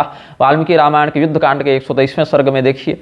और अयम तुम्हें मणिर्दिव्य समानी तो विषांपते मृतान मृतान पन्नगेन्द्रान्यो जीवयति नित्यदा एन मन्योरसित्वं च स्थापयस्व पितुः प्रभो संजीवितं तदा पार्थं सत्यं द्रष्टासि पांडवम् इत्युक्त स्थापयामास तस्योरसि मणिं तदा पार्थस्यामित तेजः पितुः स्नेहादपापकृत् तस्मिन्यस्ते मनो वीरो विजिष्णुरुज्जीवितः प्रभुः चिरसुप्त हवोत् तस्थौ मृष्ट लोहित लोचन। जैमिनी मुनि के द्वारा जो महाभारत लिखी गई उसके अश्वमेधिक पर्व के अध्याय 81 के श्लोक 9 से 12 तक देखें। जब बभ्रुवाहन से, मणिपुर नरेश बभ्रुवाहन जो अर्जुन के ही पुत्र थे, उनसे जब अर्जुन का युद्ध हुआ, बभ्रुवाहन के बाण से अर्जुन निश्चेतन हो गए, तब उलूपी ने बभ्रुवाहन से कहा कि ये मेरी दिव्य मणि है। नागकन्या उलूपी थी, सौतेली माँ थी बभ्रुवाहन की, इरावान की माता थी। इसके प्रभाव से मरे हुए सर्पराज जीवित हो जाते हैं। तुम इसे अपने पिता अर्जुन के हृदय पर रख दो, उसके बाद तुम उन्हें जीवित देखोगे। अब शिव पुराण के रुद्र संहिता के पार्वती खंड में क्या कहते हैं? वाराह श्राप से एक ब्राह्मण जो मृत हो गया था, अत्रि जी की पत्नी अनुसुईया देवी ने अपने पातिव्रत्य के प्रभाव और त्रिदेवों की आराधना से पुनर्जीवित कर दिया गया था। पातिव्रत्य प्रभावेण त्रिस्त्रिया त्रिसुरार्थनाथ, या कहीं कहीं त्रिसुरार्चनाथ भी है। जीवितो विप्र एको ही मृतो वाराह शापत। स्कंद पुराण के नागर खंड के अध्याय 135 में देखिए, जहां पर मृतोपि ब्राह्मण कुष्ठी संस्पृष्टो रविरश्मिभिः पुनरुत्थापितोस्माभिकृतश्च तरुणः पुनः। मांडव्य ऋषि के शाप से ब्राह्मण मर गया था, उन्होंने शाप दिया था अगले दिन सूर्योदय के साथ तुम मर जाओगे, वो मर गया था, तो बाद में उसको पातिव्रत के प्रभाव से जीवित किया गया। महाभारत में देवी भागवत इत्यादि में ऋषि कुमार रुरु के द्वारा अपनी आयु से अपनी मृत प्रेमिका और भावी पत्नी प्रमदवरा को पुनर्जीवित करने का वर्णन है महाभारत के आदि पर्व में देखिए। और प्रमदवरा रुरोर भार्या देवदूत यदिच्छसि उत्तिष्ठत्वायुषोर्धेन रुरोरेव समन्विता एव मुक्ते ततः कन्या सोदतिष्ठत् प्रमदवरा रुरोस्तस्यायुषोर्धेन सुप्तेव वर्णनि। भगवान कृष्ण अपने मृत गुरुपुत्र को लेकर आए हैं भाई, ये तो सब जानते हैं। श्रीमद् भागवत महापुराण में वर्णन है। पद्म पुराण के उत्तरखंड के अध्याय 246 में देखिए, अधीत्य वेद शास्त्राणि तस्मात् तौ द्विजपुंगवात् मृतम पुत्रम समानीय ददतुस्तस्य दक्षिणा। देवी भागवत महापुराण में वर्णन है कि परीक्षित को डसने के लिए जब नागराज तक्षक जा रहे थे तो कश्यप संज्ञ के एक ब्राह्मण मिले, जिन्होंने कहा था कि मरने के बाद भी वे मंत्र बल से राजा को जीवित कर देंगे, और इसका प्रमाण भी उन्होंने तक्षक को दिया। देवी भागवत महापुराण के दूसरे स्कंद के अध्याय 10 में श्लोक 5 में देखिए, मंत्रोस्ति मम विप्रेन्द्र विषनाश कलह किलो जीवयिष्याम्यहं तम वै जीवितव्ये धुना किलो। और ऐसा ही उन्होंने किया भी था। और राजा संजय के चमत्कारी पुत्र जो उसका नाम था सुवर्णष्ठीवी, उसको देवर्षि नारद ने पुनर्जीवित किया है। भविष्य पुराण के उत्तर पर्व के अध्याय 13 के श्लोक 43 में देखिए, नारदोपि नरेन्द्रस्य पुत्र मृतम पुत्रम यमालयात आनया मास तरसा तथा रूपम यथाहतम। मत्स्य पुराण के अध्याय 25 के श्लोक 35 में देखिए, ये महाभारत में भी ये सब वर्णित है कि जहाँ पर कच्छ को, बृहस्पति पुत्र कच्छ को शुक्राचार्य ने 3 बार जीवित किया है। अथ हेति शब्देन मृतम संजीवयाम्यहम ततः संजीवनीम विद्याम प्रयुक्त्वा कचमाह्वयत्। पद्म पुराण के उत्तरखंड के अध्याय 146 में श्लोक 52-53 देखिए, जहाँ श्रीमद् भगवत गीता के प्रत्येक अध्याय का महात्म्य वर्णित है। वहां पर क्या कहते हैं, एक गीता पाठी तपस्वी के द्वारा राजा बृहद्रथ को पुनर्जीवित करने का वर्णन है। महालक्ष्मी देवी की सम्मति से उन्होंने राजा को पुनर्जीवित किया है। शृणु विप्र महीपाल पितासीन में बृहद्रथः प्रारब्ध हय मेधो सौ देवेन निधनम गतः अद्यापि तस्य देहोस्ति तप्त तैलेन शोषितः तस्य संजीवनम भूयः कर्तुमर्हसि सत्तम। तो ऐसा देखना चाहिए कि भले सामान्य स्थिति में मरा व्यक्ति पुनर्जीवित नहीं होता, लेकिन दिव्य औषधि के प्रभाव से, मंत्र के प्रभाव से, देवताओं के वरदान के प्रभाव से वह पुनर्जीवित होता है। उसी प्रकार भगवान श्री रामचंद्र जी की कृपा से ब्राह्मण पुत्र भी जीवित हुआ, इसमें कोई संशय नहीं करना चाहिए। इस प्रकार से शंबुक वध की कथा ऐतिहासिक, सैद्धांतिक और दिव्य आध्यात्मिक आधार पर भी पूर्ण प्रामाणिक है, निर्विवाद है। कोई अपनी मूर्खता और हठधर्मिता के कारण चाहे जो माने। अब हम अपनी दूसरी पुस्तक मूर्ख हृदय न चेत के माध्यम से कुछ इसमें जो प्रमाण हमने लिखे हैं उनके आधार पर आपको इस कथा में और भी जो रहस्य हैं उसका हम संक्षेपतः वर्णन करते जाएंगे। प्रधान विषय तो हम बता ही देते हैं। मध्वाचार्य जी के महाभारत तात्पर्य निर्णय से तो हमने आपको प्रमाण दे ही दिया। यहाँ पर जो अग्निदेव के अवतार हैं भगवान वल्लभाचार्य जी, वल्लभाचार्य जी के विषय में आप जानते ही होंगे। तो वल्लभाचार्य जी ने जो श्रीमद् भगवद गीता के 17वें अध्याय की टीका की, उसमें 5वां श्लोक जो है, अशास्त्र विहितम घोरम तप्यम ते तपोजना दंभाहंकार संयुक्ता कामराग बलान्विता, उसमें आसुरी तपस्या को, अशास्त्रीय तामसी तपस्या को समझाने के लिए शंभुक का ही उदाहरण दिया है। ये तो जना शास्त्र विधि मुत्सृज्य कामकारतः येषाम कामकार एव हेतुस्तत एव तपस्तप्यम ते शंभुकादिवत तानासुर निश्चयान विद्युत्तरेणान्वयः। ये उन्होंने शंभुक का उदाहरण दिया है। तो जब अनिला नलावतार, वायु और अनल के अवतार, अग्नि के अवतार, वैष्णवाग्रणी आद्य मध्वाचार्य जी, वल्लभाचार्य जी ने अपनी कृतियों में स्पष्ट शंभुक का संदर्भ दिया है, तो रामभद्राचार्य जैसे दुर्बुद्धियों की समझ में ये प्रकरण क्यों नहीं आता, ये तो शंभुक हमता प्रभु ही जाने। अब इस पर रामभद्राचार्य ने एक बहुत ही निम्न स्तर का कुतर्क किया है। वाल्मीकि रामायण के आधार पर वो उत्तरकांड का ही संदर्भ देकर इस कथा को खंडित करते हैं। अप्राप्त यौवनम बालम 5 वर्ष सहस्रकम अकाले कालम आपन्न मम दुखाय पुत्रको तरुणो रूप संपन्नो सुकुमारो महाबलो पुंडरीक विशालाक्षो चिरकृष्णा जिनाम्बरो। ये 2 श्लोक उन्होंने दिए हैं। पहले श्लोक के आधार पर क्या कहते हैं, एक तो तीसरे कांड से दिया, अरण्य कांड से, और एक उत्तरकांड से दिया। क्या कहते हैं, अप्राप्त यौवनम बालम 5 वर्ष सहस्रकम अकाले कालमापन्न मम दुखाय पुत्र को। जो ब्राह्मण का बच्चा मरा है वो विलाप करते हुए क्या कहते हैं, हे पुत्र, यद्यपि तुम 5000 वर्ष के हो चुके हो फिर भी अभी तुमको युवावस्था प्राप्त नहीं हुई है। अब बताओ, जो 5000 वर्ष का बच्चा हो उसको बच्चा कहेंगे, उसको युवावस्था प्राप्त नहीं होगी, ऐसा रामभद्राचार्य का पक्ष है। और रामचंद्र जी 25 वर्ष में ही युवा हो जा रहे हैं। शूर्पणखा कहती है, तरुणो रूप संपन्नो सुकुमारो महाबलो पुंडरीक विशालाक्षो चिरकृष्णा जिनाम्बरो। अब राम जी 25वें वर्ष में कहाँ युवा हो जा रहे हैं, जब 27 वर्ष में राम जी स्वयं वनवास ही गए हैं।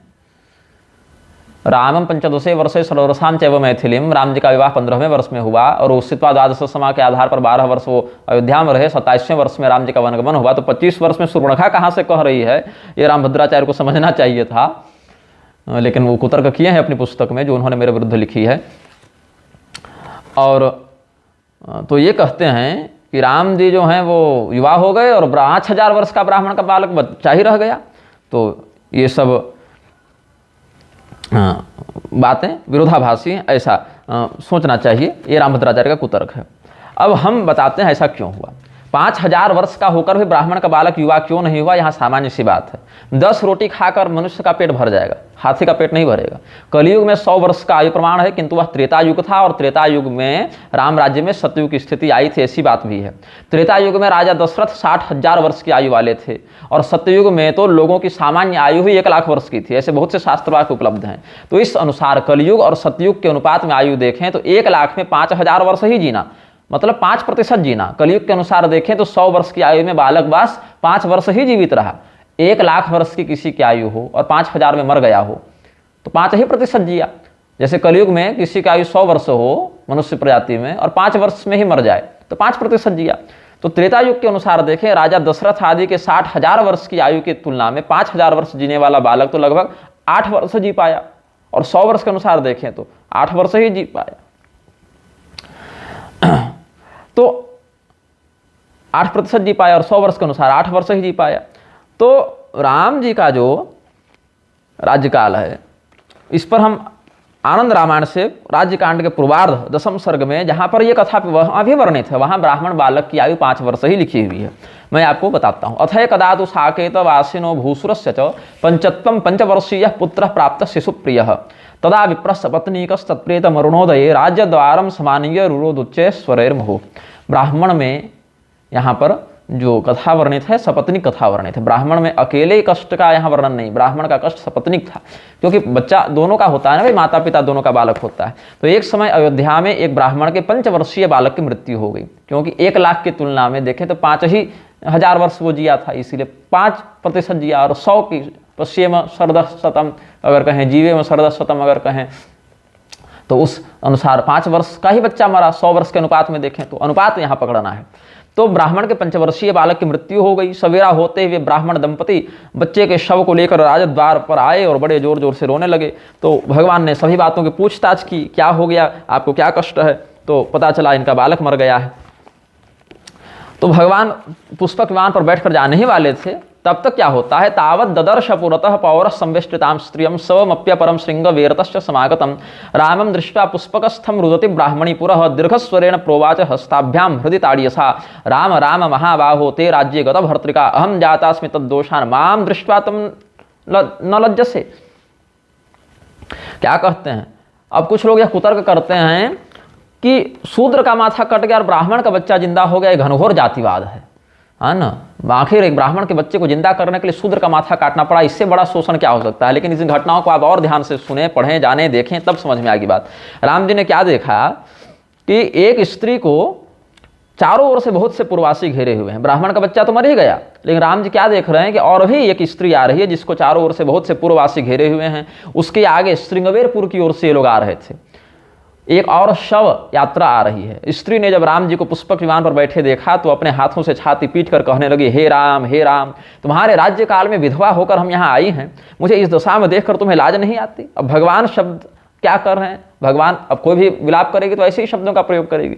अब उन दोनों शवों को, बच्चा और युवक जिसकी नई नई शादी हुई थी, उन दोनों के शवों को तेल से भरी हुए नौका में रखवा कर भगवान कहे कि मेरे लौटने तक कोई अंतिम संस्कार मत करना, पहले देख कर आते हैं क्या बात है। फिर भगवान जाने के लिए तैयार हुए, तब तक क्या हुआ, एतस्मिन्नंतरे योध्या पुर्याम पंचशवानि समानीतानि तैलस्य द्रोण्याम तान्यपि पूर्ववत् स्वमंत्र स्थापयामास श्रीरामस्याज्ञयादरात् तेषु पंचशवेष्वेव चैकं मधुपुर स्थितं क्षत्रियस्य च तद्गेयं समानीतं सुहृज्जनैः प्रयागस्थं द्वितीयं च शवं वैश्यस्य तस्मृतं पूर्वे वयसि पंचत्वात् समानीतं हितज्जनैः हस्तिनापुर संस्थं तत्तृतीयं शवमीरितं तैलकारस्य तद्गेयं समानीतं हितज्जनैः शवं चतुर्थं तद्गेयं हरिद्वार स्थितं द्विज लोहकार स्नुषायाश्च समानीतं हितज्जनैः उज्जयिनीस्थं पंचमं च शवं गेयं महामते चर्मकार दुहितायाः समानितम हि तज्जनैः एवं पंचसवान्यासन पूर्वे द्वे ब्राह्मणस्य च सप्त अयोध्यापुरी मध्ये सवान्येवं स्थितानि। इसी बीच अयोध्या में 5 शव और आए। सुमंत्र जी ने पूर्ववत तेल की नौका में शवों को रखवाया। 5 शव जो नए आए उसमें मधुपुर गांव के रहने वाले, या मधुपुर मथुरा को भी कहते हैं, एक क्षत्रिय का था जिसके परिवार वाले राम जी के दरबार में ले आए थे। दूसरा शव प्रयागराज में रहने वाले एक वैश्य का था, बनिया का था। थोड़ी ही अवस्था में उसकी मृत्यु हो गई थी, इसीलिए उसके घर वाले भी राम जी के पास ले आए। तीसरा शव हस्तिनापुर में रहने वाले एक तेली का था, उसके भी परिजन राम जी के पास ले आए। चौथा शव हरिद्वार में रहने वाले एक लोहार की बहू का था, उसका भी शव ले आए। और 5वां शव उज्जैन में रहने वाले एक चमार की बेटी का था और उसके घर वाले भी अयोध्या ले आए थे। इस प्रकार से 5 शव और पहले 2 ब्राह्मण के आए थे, एक बच्चे का, एक नवविवाहित युवक का, सब मिला के 7 शव एकत्र हो गए। रामोपि दंडकम पश्यन् सब्रभ्राम समन्ततः यो विंध्याचलम श्री धीमान रेवावाय परिप्लुतम तत्र वृक्षे लंबमानं धूमं पात मधो मुखम शूद्रम निरीक्ष स्वर्गच्छम तम हंतुम समुपस्थितः तदा तम राघवः प्राह भो शूद्र शृणु मद्वचः ब्राह्मणादित्रिभिर्वर्णस्तपः कार्यं न चेतरैः शूद्रश्च द्विजशुश्रूषा सदा कार्याति भक्तितः द्विजकृत्यं त्वया चात्र कृतं पापात्मना जड इदानीं तां हनिष्यामि जीवयिष्यामि तान् मृतान् तुष्टोऽहं तां तत्तपसा वरं वरय वाञ्छितम् इति रामवचः श्रुत्वा धूमुखो रामपादजः उवाच भयभीत सन्नत्वा राम मुहुर्मुहुः राम रावण दर्पघ्न यदि तुष्टोऽसि मां प्रभो तर्हि ते वरयाम्यद्य येन शूद्र गतिर्भवेत्। रेवा नदी से परिप्लुत विंध्य पर्वत की ओर राम जी जब बढ़े पुष्पक विमान पर बैठकर, तो दंडकारण्य के अंतर्गत क्या देखते हैं, वो अच्छी तरह घूम कर देखा। एक शूद्र उल्टा लटक कर नीचे जल रही आग की धूनी का धुआं पी रहा है। इस प्रकार उग्र तपस्या करने वाले, स्वर्ग चाहने वाले उस शूद्र को राम जी मारने के लिए तैयार हो गए और उसके पास जाकर कहने लगे, हे शूद्र, ब्राह्मण, क्षत्रिय, वैश्य, इन तीनों वर्णों के लिए तो तपस्या का विधान है। शूद्रों को तो भक्ति युक्त मन से द्विजाति सेवा करनी चाहिए। अरे जड़, तुझ पापी ने अपने धर्म का उल्लंघन करके द्विजों के समान कर्म किया है, इसीलिए मैं तुझे मारकर उन लोगों को जीवित करूंगा जो तेरे धर्म विरुद्ध आचरण से अकाल मृत्यु के ग्रास बने हैं। किंतु मैं तेरी तपस्या से प्रसन्न हूं, मतलब अब तपस्या तो किया ही है, तो बोल तेरी क्या कामना है। तब राम जी की वाणी सुनकर भयभीत होकर मस्तक झुकाकर बारंबार प्रणाम करके उस शूद्र ने कहा, हे रावण के अभिमान को दूर करने वाले राम जी, यदि वास्तव में आप मेरे ऊपर प्रसन्न हैं तो मुझे यह वरदान दीजिए जिससे शूद्र जाति को भी सद्गति प्राप्त हो, मेरा भी उद्धार हो जाए। तो ममापि येन कीर्तिस्यात्तम वरम दातुमर्हसि इति शूद्रवचः श्रुत्वा रामस्तुष्टो ब्रवीद्वचः मम रामेति यन्नाम तच्छूद्रैस्सर्वदेव हि जपनीयं कीर्तनीयं चिन्तनीयं मुहुर्मुहुः भविष्यति गतिस्तेषां मनेन मत्तरो भव तवानेनोपकारेण कीर्तिः शूद्रेषु वै भवेत् इति रामवरं श्रुत्वा पुनः शूद्रो ब्रवीद्वचः शूद्राः कलो मन्दधियो भविष्यन्ति रघुत्तम व्यग्रचित्ता भविष्यन्ति कृषिकर्मादिभिः प्रभो तदा तेषां कुतो बुद्धिर्जपादिषु भविष्यति अतस्तदनुरूपोऽद्य वरो देयो विचार्य च तत्तस्य वचनं श्रुत्वा रामस्तुष्टो ब्रवीत् पुनः परवन्दनकालेषु राम रामेति सर्वदा शूद्रा वदन्तु सर्वत्र तेन तेषां गतिर्भवेत्। तवापीयं कथा कीर्ति स्मरिष्यन्ति मतंघ्रिजाः तं मया निहतस्तद्य वैकुंठम प्रतियास्यसि। अब जब शंभुक ने ऐसा कहा, वरदान मांगा कि हमारा शूद्र वर्ण के जाति के लोगों का भी उद्धार हो, तो राम जी ने कहा कि मेरे राम राम राम इस पवित्र नाम का जो शूद्र सदा जप करेंगे, कीर्तन करेंगे, चिंतन करेंगे, उन सभी लोगों को सद्गति प्राप्त होगी। और तुम भी तपस्या को छोड़कर मेरा चिंतन करो, इससे तुम्हारे इस उपकार से शूद्रों के मध्य तुम्हारी बड़ी कीर्ति होगी। तब राम जी से वर पाकर शूद्र ने कहा, हे रघुसत्तम, आगे प्रचंड महाकलयुग आएगा, उसमें शूद्रों की बुद्धि अधिक होगी नहीं, वे जप कीर्तन आदि क्या किया करेंगे, अपनी खेती बाड़ी के काम में सदैव व्यस्त रहेंगे। ऐसे में जप और कीर्तन करने का अवसर कब मिलेगा, इन शुभ कर्मों की ओर उनकी बुद्धि कैसे जाएगी। अतः आप उनके अनुरूप कोई वरदान दीजिए। कितना सोचकर कर रहा है ये प्रश्न और वरदान मांग रहा है। उसकी यह बात सुनकर प्रसन्न होकर राम जी ने कहा, चलो ठीक है। एक दूसरे को प्रणाम करने के समय, आशीर्वाद देने के समय, है ना, अभिवादन के समय लोग राम राम ऐसा कहेंगे, ओ भैया राम राम, ओ ताऊ जी राम राम, ओ छोरे राम राम, हरियाणा में चलता है ना। और भी हाथ जोड़ के किसी को राम राम भैया, राम राम दीदी जी, ऐसा। तो कहीं कोई वृद्धा माता दिखते, हम लोग भी राम राम माता जी ऐसे कहते हैं, राम राम स्वामी जी, है ना। तो इस प्रकार से शूद्र वर्ण के लोग तो विशेष करके अभिवादन में भैया राम राम और क्या हाल चाल ऐसे कहते हैं। तो अब मुझे याद आया, मेरी बड़ी कम अवस्था थी उस समय, एक जाति की नाई, नापित जाति की एक महिला थी जो उस समय 20-22 साल की होंगी और हमारी अवस्था उस समय 8-9 वर्ष की होगी। तो उनको हम बीना दीदी कहते थे। अब तो विवाहिता हो गई वो कई वर्ष पूर्व, संतानवती भी हैं। तो एक दिन हमको कही गुड मॉर्निंग बाबू, तो हम सुबह सुबह स्नान करने जा रहे थे तालाब के किनारे। तो हम बोले कि दीदी गुड मॉर्निंग सब मत कहिए, राम राम कहा कीजिए। तो उस दिन से आज भी जब वो मुझे मिलते हैं तो राम राम बाबू ही कहते हैं। तो वही मुझे याद आ गया कि शूद्र वर्ण के लोगों के लिए शंबुक और श्री रामचंद्र जी के प्रसंग के कारण कितना सुंदर अवसर मिल गया कि भगवान ने कहा कि लोग एक दूसरे को प्रणाम, आशीर्वाद इत्यादि अभिवादन के समय राम राम ऐसा कहेंगे, इससे उनका उद्धार हो जाया करेगा। मेरे चरणों से उत्पन्न उस शूद्र समाज में तुम्हारा बड़ा नाम होगा, आज तुम हमारे हाथों मरकर वैकुंठ को जाओगे। तो आनंद रामायण के राज्यकांड के पूर्वार्ध के सर्ग 10 में कहते हैं, पुनर्जयाचे श्रीरामं वरमन्यम स्वकारणात् अस्मिन् शैले सदा तिष्ठ सीता लक्ष्मण संयुतः अंशतस्ते पूर्वमेव दर्शनम मम ये नराः करिष्यन्ति ततः पश्चात् ये नरास्तव दर्शनम कुर्वन्ति सहितं भक्त्या मोक्षमेव व्रजन्ति ते मद्दर्शनं विना मर्त्यास्त्वां पश्यन्ति विचारतः तेषामुद्धरणं राम कुरु मद्वचनात् प्रभो तथोवाच तदा रामो भक्तिं तस्मै ददौ हरिः इति कृत्वा सुसन्तुष्टं हत्वा शूद्रं रघुत्तमः जीवयामास विप्रादीन सप्त साकेत संस्थितान तदाराभ्यात्र शूद्रस्तु विष्णुदासा वनीतले परवंदन कालेषु राम रामेति कीर्त्यते। इसके बाद शंबुक ने राम जी से यह और वरदान मांगा, आप सीता और लक्ष्मण के साथ सर्वदा इस पर्वत पर निवास करें, पहले मेरा दर्शन करने के बाद लोग आपका दर्शन करेंगे, तब उनको मोक्ष पद प्राप्त हुआ करे। इसके अलावा अब ठीक है, जो लोग भ्रमवश मेरा दर्शन किए बिना ही आपका दर्शन कर ले, उनका भी उद्धार हो जाए। अब ये स्थान वर्तमान में कहाँ है और किस स्थिति में, ये तो मैं अभी नहीं जानता हूँ, लेकिन श्री रामचंद्र जी ने तथास्तु कह के भक्ति का वरदान दिया और उसको मारकर अकाल मृत्यु से मरे लोगों को जीवित किया, जिसमें ब्राह्मण, क्षत्रिय, वैश्य, शूद्र सभी प्राणी थे जो अयोध्या में पड़े हुए थे। इसीलिए तब से ही पृथ्वी में शूद्र लोग आपस में प्रणाम और आशीर्वाद के समय राम राम कहा करते हैं। ये रहस्य है। ऐसे कथाओं का व्याख्यान शास्त्र में किया गया है, ऐसे आचार्यों को प्रसारण करना चाहिए। कुमार विश्वास और मनोज मुंतशिर और रामभद्राचार्य की बकवास के चक्कर में शास्त्रों को प्रक्षिप्त नहीं बोलना चाहिए। पद्म पुराण के प्रमाणों से हमने सिद्ध किया था कि श्री राम और शंबुक के मध्य बहुत सुंदर मधुर पिता पुत्र संवाद हुआ था, पिता पुत्रवत संवाद हुआ था। आनंद रामायण के प्रमाण से सिद्ध किया कि शंबुक की तपस्या के कारण केवल ब्राह्मण ही नहीं, अन्य लोग भी मर रहे थे। किसी का पुत्र, किसी का पति, किसी की बेटी, किसी की बहू, सब मर रहे थे। ब्राह्मण के साथ साथ क्षत्रिय भी मरा, वैश्य भी मरा, शूद्र के अंतर्गत तेली, लुहार, चमार, सब जाति के लोग मर रहे थे। अब जो लोग शंबुक को दलित और शोषित और ये सब कहते फिरते हैं, वो ध्यान दें कि शंबुक जो था वो राम जी के राज्य में मुख्य स्वास्थ्य अधिकारी था, चीफ मेडिकल ऑफिसर था, IAS के बराबर था, कोई शोषित पीड़ित नहीं था, CMO बना था वो अयोध्या का। अब बताइए, हमने आपको कहा था ना शुरू में, जहाँ पर पद्म पुराण का हम जब शुरू में इस प्रारंभ में ही वीडियो में कहे थे, जहाँ पर कहा कि चिरादृष्टोऽसि राघव, जहाँ शंबुक ने कहा कि बड़े दिनों के बाद आपका दर्शन हुआ, आप मिले हैं हमसे। तो पहले मिल चुका था शंबुक, कब मिला था, कैसे मिला था, वो बताते हैं। आपको स्मरण होगा कि सीता त्याग के संदर्भ में हमने जो वक्तव्य जारी किया था, उसमें देवरात और विश्वामित्र संवादात्मक कौशिक रामायण से हमने प्रमाण दिए थे। आज उसी कौशिक रामायण से हम ये प्रमाण देते हैं। देवरात जी ने पूछा है, श्रूयते रामचंद्रस्य राज्ये द्विजसुतमृतः सद्विजः शवमादाय राम द्वारिह्यपाक्षिपत न मे कुटुंबे कोप्यस्ति दुराचार परायणः राज्ञो दोषेण मे बालो मृत इति विनिर्णयः रामो नारद वाक्येन शंबुकं तपसि स्थितं शूद्रं जघान तत्कालं जीवितो मृत बालकः द्विजस्य बालकः कस्मात् शूद्रस्य तपसा मृतः इति मे संशयं छिन्दी सर्वज्ञष्टं मतो मम। देवरात जी ने पूछा है कि सुना जाता है कि राम जी के राज्य में कोई ब्राह्मण का पुत्र मर गया था। ब्राह्मण ने अपने पुत्र का शव लाकर श्री राम जी के द्वार पर रख दिया और कहा कि मेरे परिवार में कोई भी दुराचारी नहीं है, अतः राजा के अपराध से ही मेरा पुत्र मरा है, यह निश्चित है।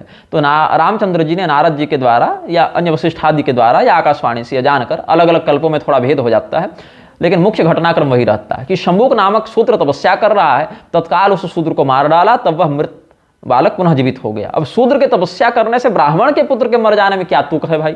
मैं आपको सर्वज्ञ मानता हूं, अतः आप मेरी इस संशय को दूर कीजिए। तो कौशिक जी ने बताया, शृणुपुत्र प्रसंगस्य रहस्यम परमाद्भुतम रामराज्ये जनाः सर्वे वर्णाश्रम परायणाः स्वं स्वं धर्मं विशेषेण पालयन्ति स्म सुव्रताः सत्कर्म निरता विप्रा ज्ञान मार्गाधिकारिणः क्षत्रियारक्षणे निष्ठाः सैन्यकर्माधिकारिणः वैश्याश्च कृषिगोरक्षा वाणिज्येष्वधिकारिणः शूद्राश्च सेवा निरताः शौचाचार परायणाः अंत्यजा नगरग्राम परिष्काराधिकारिणः। हे पुत्र, विश्वामित्र जी कहते हैं, इस प्रसंग का परम अद्भुत रहस्य सुनो। राम जी के राज्य में सभी प्रजाजन अपने अपने वर्ण और आश्रम के धर्म का पालन करते थे। सभी लोग वर्णाश्रमी ही थे जो बड़ी तत्परता से इस व्रत का पालन करते थे। ब्राह्मण का 6 काम था, यज्ञ करना और कराना, दान लेना और देना, शास्त्र पढ़ना और पढ़ाना।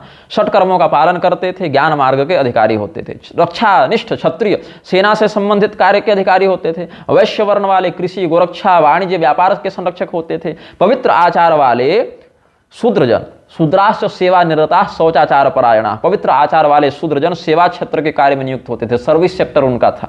और अमत्यजगण नगर और ग्राम की स्वच्छता से संबंधित कार्यों में संलग्न किए जाते थे। अब शंभू को क्या था, शंभु कोशावयोध्यायाम स्वास्थ्य रक्षाधिनायकः सहस्रस्वं त्यजा अस्य शुद्धि संस्कार कर्मणि आधिपत्ये नियुक्तास्तु कुर्वन्ति मार्जनादिकं सोयं स्वास्थ्य विभागस्य प्रमुखो राजसेवकः अदत्वा सूचनां मूढ़ो जगाम गहनं वनं तत्र देवत्वमाप्राप्त्यर्थं महोग्रं तप आस्थितः पादो बद्ध्वा वटस्कन्धे लम्बितो यमधोमुखः अध्यक्षरहिते क्षेत्रे कर्मिणस्ते निरङ्कुशाः न सम्यग् विदधो शुद्धिं प्रमादस्य वशानुगाः सम्मार्जन प्रोक्षणाभ्यां विहीना वीथयस्तथा पंकिला दुर्मला जाता अतिदुर्गन्धसङ्कुलाः मक्षिका बहुला गेहा मशकव्राद पीड़िताः विसूचिका रुजाग्रस्तो मृतस्तत्र द्विजार्भकः। शंभुक नाम का जो शूद्र था वो अयोध्या नगरी की स्वास्थ्य रक्षा का मुख्य अधिकारी था। सहस्त्रों अमत्यज इसके आधिपत्य में नियुक्त थे, इसके नीचे काम करते थे। नगर की सफाई से संबंधित जो आज की भाषा में नगर निगम की व्यवस्था है और जो सेवाएं स्वास्थ्य और इसके लिए सफाई के लिए आवश्यक थी वो किया करते थे। ये स्वास्थ्य विभाग का प्रमुख राजसेवक होते हुए भी स्वयं स्वास्थ्य विभागस्य प्रमुखो राजसेवक, प्रधान राज्य का अधिकारी था ये स्वास्थ्य विभाग में, बिना कुछ सूचना दिए जंगल में जाकर तपस्या करने लगा। देवता बनने के अभिलाषा से बड़ा भारी उग्र तप करने लगा। अपने दोनों पैर एक बट वृक्ष के तने से बांधकर सिर को नीचे करके उल्टा लटक गया। जब अध्यक्ष नहीं रहा तो नीचे काम करने वाले सब सफाई कर्मचारी मनमाने हो गए। उन्होंने प्रमादवश नगर की साफ सफाई ठीक से करना बंद कर दिया। अब झाड़ू बुहारू और सफाई धुलाई के भाव में गलियां गंदी हो गई, जगह जगह कीचड़ और कचड़ा भरने लगा, बहुत दुर्गंध व्याप्त हो गया। घर घर में मक्खियां भिन भिनाने लगी, मच्छरों के झुंड सर्वत्र हो गए। ऐसी दशा में हैजा फैल गया और उसी प्रकोप में ब्राह्मण का बालक मर गया। ब्राह्मणेन समादिष्टो राघवो मृत्यु कारणम अन्वेषमाणो बुबुधे शंभुकस्यानुपस्थितिम् अग्रहित्वावकाशं च तथा दत्तैव सूचनां प्रयातोऽयं तपः कर्तुं पन्थानो मलदूषिताः एकस्य अपराधेनानेके रोगेण पीडिताः मृतो द्विजसुतो बालो ह्यनर्थानां परम्परा गुरुं पप्रच्छ धर्मात्मा को धर्मोऽत्र निरूपितः उवाच मुनिशार्दूलः शृणु रामश्रुतिरितं यः स्वधर्मं परित्यज्यात्यर्थं स्वार्थपरायणः परान् क्लेशयति मन्दः सदन्यो राजसेवकः यत्रैकस्य वधेनैव रक्षिताः स्युः सहस्रशः तत्रैको मृत्युदण्डार्ह सोऽयं दण्डेन युज्यतां वसिष्ठ वचनाद् रामो नारदेनानुमोदितः गत्वा वनमपश्यत्तम् शंभुकम तपसे स्थितम। ब्राह्मणों के द्वारा आदिष्ट राघव भगवान ने जब इस मृत्यु की जांच पड़ताल की तो विदित हुआ कि यह अनर्थ शंभुक की अनुपस्थिति के कारण हुआ है। अवकाश न लेकर बिना कुछ सूचना दिए यह शंभुक तपस्या करने के लिए चला गया। इस कारण सभी मार्ग मल से दूषित हो गए। इस एक व्यक्ति के अपराध से अनेक प्रजाजन रोगों से पीड़ित हो गए। ब्राह्मण का बालक मर गया, कितना अर्थ फैला। तब धर्मात्मा भगवान राम ने अपने गुरु वशिष्ठ जी से पूछा कि ऐसी स्थिति में राजा का धर्मशास्त्रों में क्या कर्तव्य निरूपित है। तब मुनि श्रेष्ठ वशिष्ठ जी ने कहा कि हे राम जी, इस विषय में वेद ने जो कुछ कहा है वो सुनिए। जो मूर्ख अपने व्यक्तिगत स्वार्थ सिद्धि के कारण धर्म का परित्याग कर देता है और अन्य जनों को क्लेश पहुंचाता है वह राज कर्मचारी दंड के योग्य है। जहां एक व्यक्ति के वध से सहस्रों की जान बचती हो वहां वह एक मृत्युदंड का पात्र है, सो इसे मृत्युदंड मिलना चाहिए।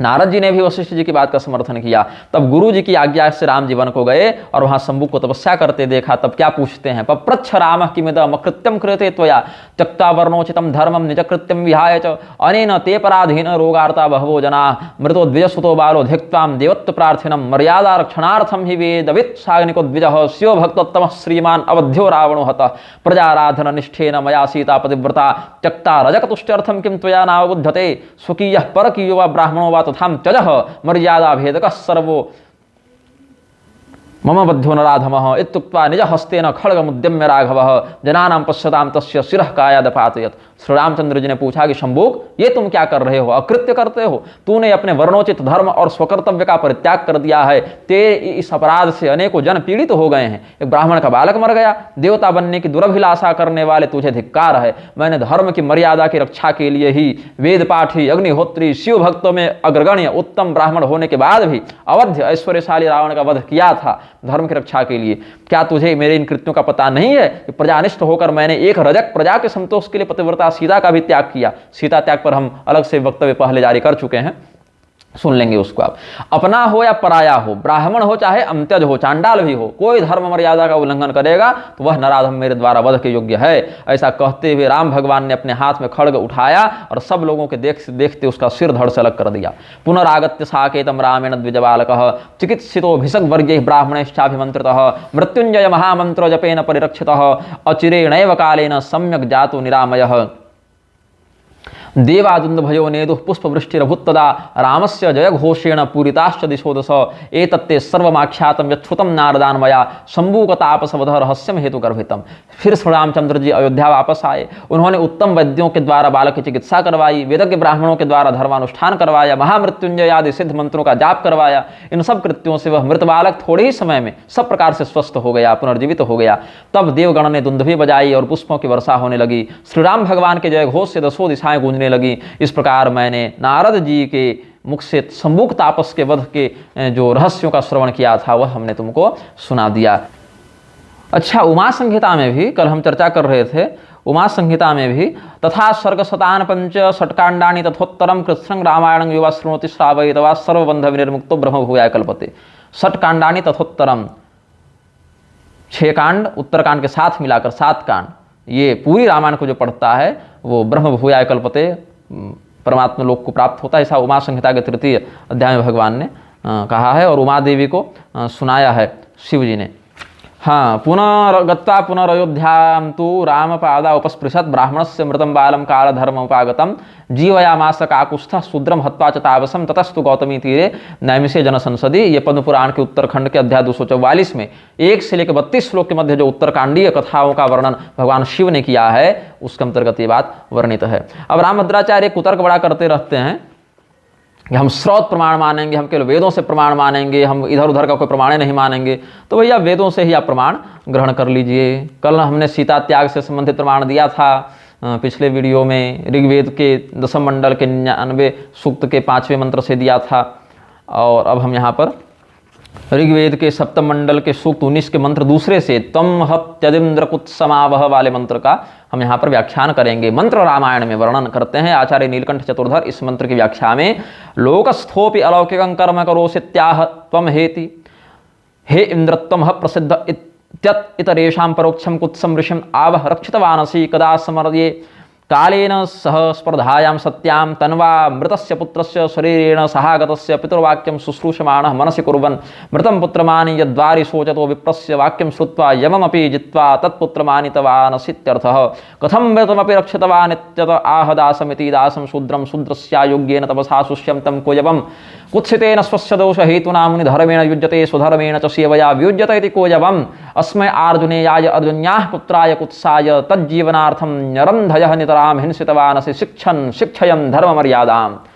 तम हत्यदिंद्र कुत्समावह वाला जो मंत्र है ऋग्वेद के 7वें मंडल के 19वें सूक्त के दूसरे मंत्र में, उसकी व्याख्या में जो हमने अभी पढ़ा संस्कृत में, उसका हिंदी अर्थ यह है।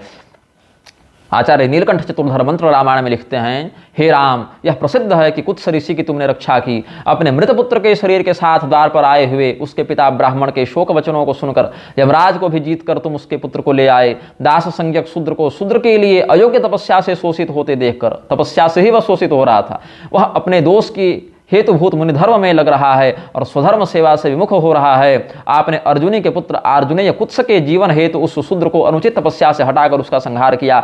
इस प्रकार धर्म मर्यादा की शिक्षा दी।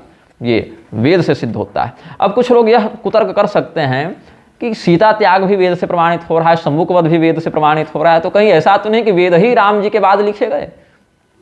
ये भी कुछ दुर्बुद्धि, क्योंकि जब दिमाग भटकता है तो बहुत ज़्यादा ही भटक जाता है।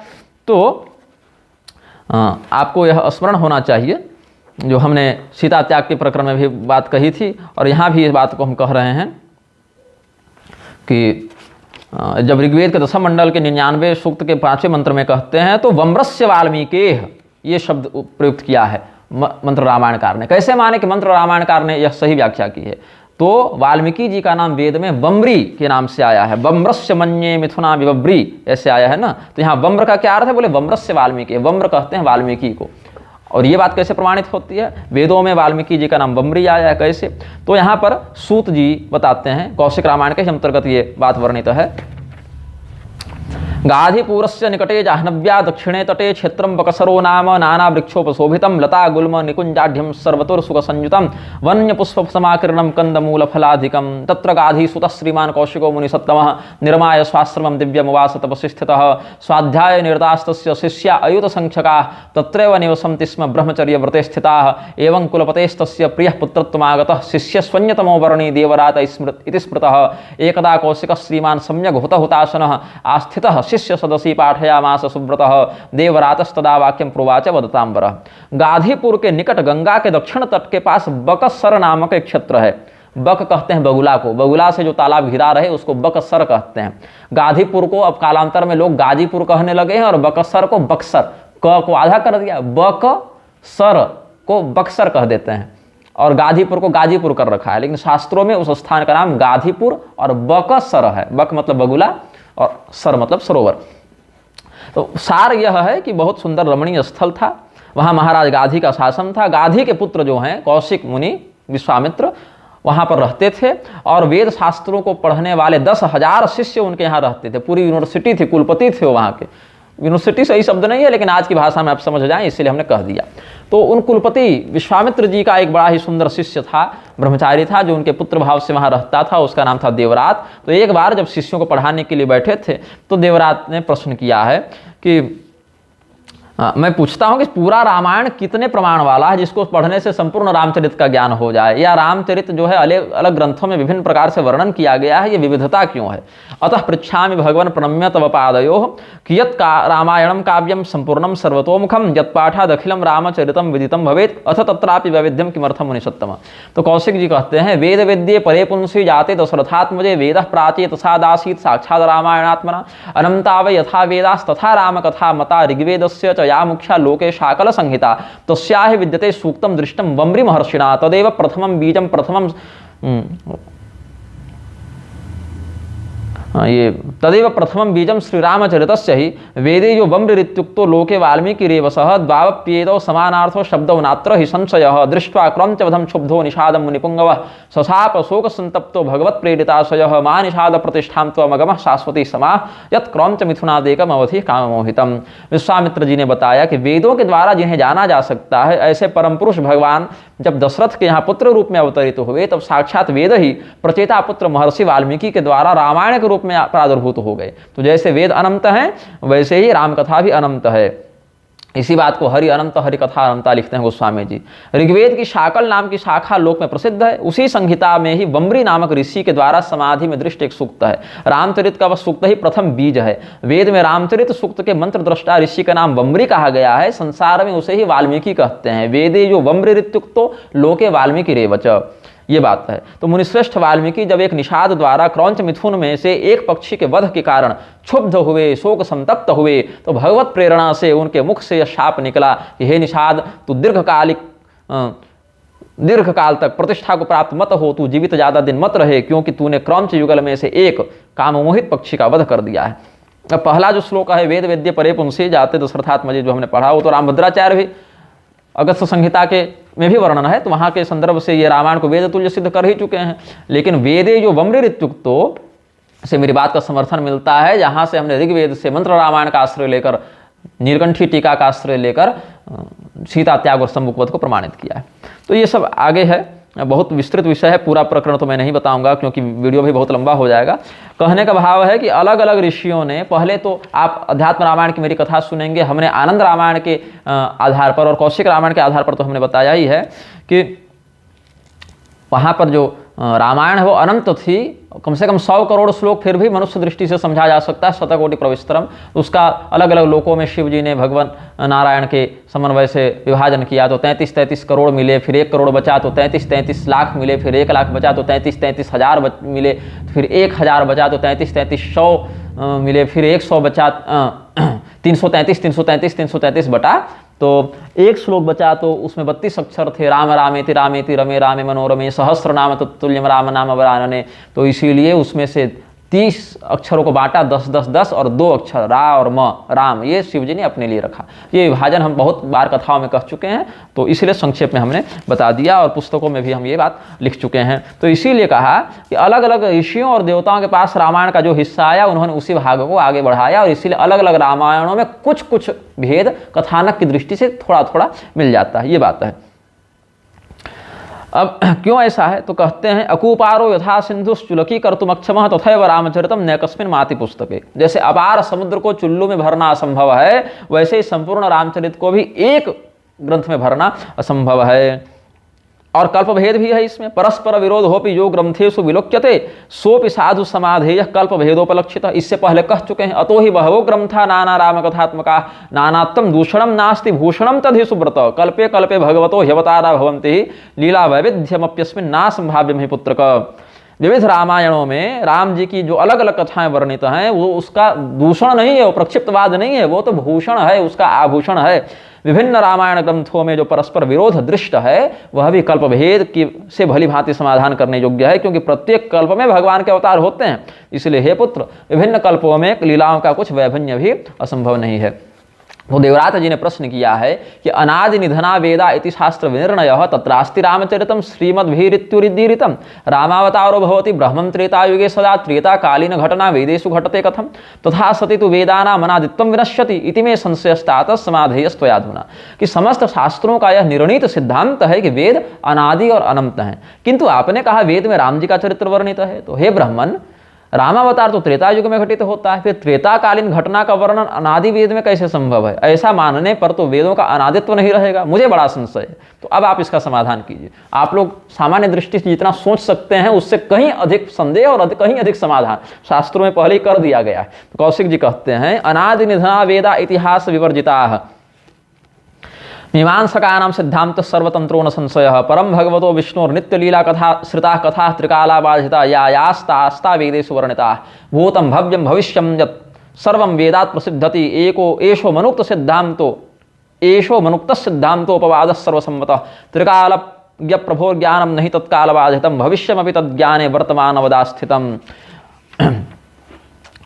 वेदोक्तान्येव नामानि दर्शम मुनीश्वराः पश्चाल्लोके सूतान्येव स्थापयन्ति यथा तथम वेदे वलोक्य गंगाया वर्णितं नाम सुब्रत दृष्ट्वा समाधो लोके तद्भागीरथ्या विनिश्चितं भागीरथ निपात पश्चात् निर्मिता वेद संहिता इत्याशंका मृषा यस्माद् वेदात् सर्वं हि निर्वभौ तस्माद् वेदेषु दृश्यन्ते अवताराणां शुभाः कथाः नैवात्र विस्मयकार्यो वेदो नारायणः स्वयं यस्य निःश्वसितं वेदा यो वेदेभ्योऽखिलं जगत् निर्ममे स सर्वात्मा रामरूपी जनार्दनः। कौशिक मुनि विश्वामित्र जी ने बताया कि इसमें संदेह नहीं कि मीमांसकों का यही सिद्धांत है कि वेद आदि और अंत से परे हैं और इतिहास के उपाख्यान उनमें नहीं पाए जाते, लेकिन भगवान विष्णु की जो त्रिकाला बाधित नित्य लीलाश्रित कथाएं हैं वो सब वेद में वर्णित हैं। भूत भविष्य और वर्तमान सब कुछ वेद से सिद्ध होता है। यह मनु महाराज का बताया गया सिद्धांत सर्वसम्मत है और अनैतिहासिकता का अपवाद है। इसीलिए त्रिकालज्ञ भगवान का ज्ञान काल द्वारा बाधित नहीं होता। भविष्यत्कालीन ज्ञान भी भगवान के ज्ञान में वर्तमान की भांति ही सदैव प्रस्फुटित रहता है। वेदोक्त नामों को देख देख कर ही मुनीश्वरों ने पश्चात बाद में संसार में वैसे नाम रखे हैं। जैसे वेदों में गंगा का नाम भागीरथी वर्णित है तो ऋषियों ने समाधि द्वारा यह निश्चय किया कि राजा भगीरथ के द्वारा ही आनित जलधारा का यह नाम होना चाहिए और ऐसा ही प्रख्यापित किया। इसीलिए राजा भगीरथ के बाद वेद बने, ऐसी कल्पना व्यर्थ है, क्योंकि वेद से ही सब कुछ भाषित हुआ। चूंकि वेद में गंगा का नाम भागीरथी है इसीलिए भगीरथ ही लाने में समर्थ हुए, नहीं तो तपस्या तो दिलीप अंशुमान सगर सब कर ही रहे थे।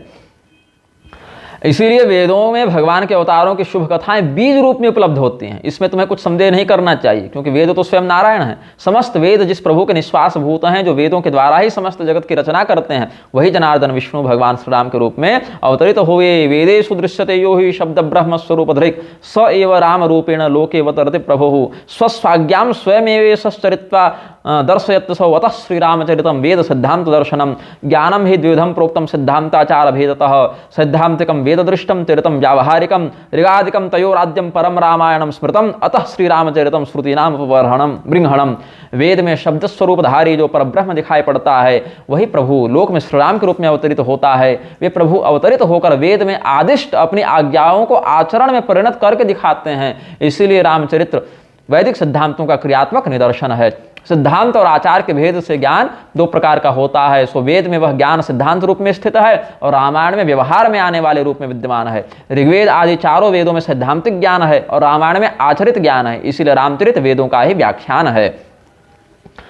अब रामानुकरणायासो वेदाज्ञा पालनम व्रतम तस्मात् सर्व प्रयत्नेन रामध्येय सदास्तिकैः अन्येषाम् अवताराणां मुन्यर्षि गुरु तद्विदाम् उपदेशोऽनुसर्तव्यः सर्वदा सर्वथा बुधैः परं तेषां य आचारो यावान् वेदानुमोदितः तावानेवानुसर्तव्यो न वान्धश्रद्धया परः लीलावतारः सत्यं न्येल्पज्ञाश्चैव नरादयः एको हि भगवान् रामो मर्यादा पुरुषोत्तमः तस्योपदेशाचारो ग्राह्यो यत्नेन द्वावपि सर्वेषामेव शास्त्राणां मथीतार्थोऽयमद्भुतः वेदे शिष्याः प्रोद्धन्ते गुरुणा स्वयमेव हि यानि सुचरितान्येव ह्यस्माकं शृणुपुत्रकाः तान्येव समुपास्यानि नेतराणि कदाचन यतो नरो बहुज्ञोऽपि न सर्वज्ञ इति स्थितिः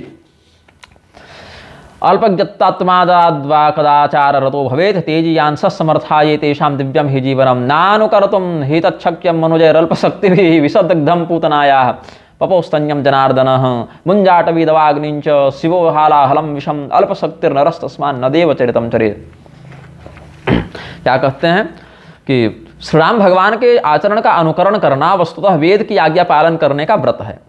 इसीलिए आस्तिकों को सब प्रकार से यत्न करके श्री रामचंद्र जी का ध्यान करना चाहिए। राम से भिन्न अन्य सभी देवी देवता और ऋषि मुनि गुरु आदि पूज्यजनों के उपदेश का अनुसरण करना चाहिए।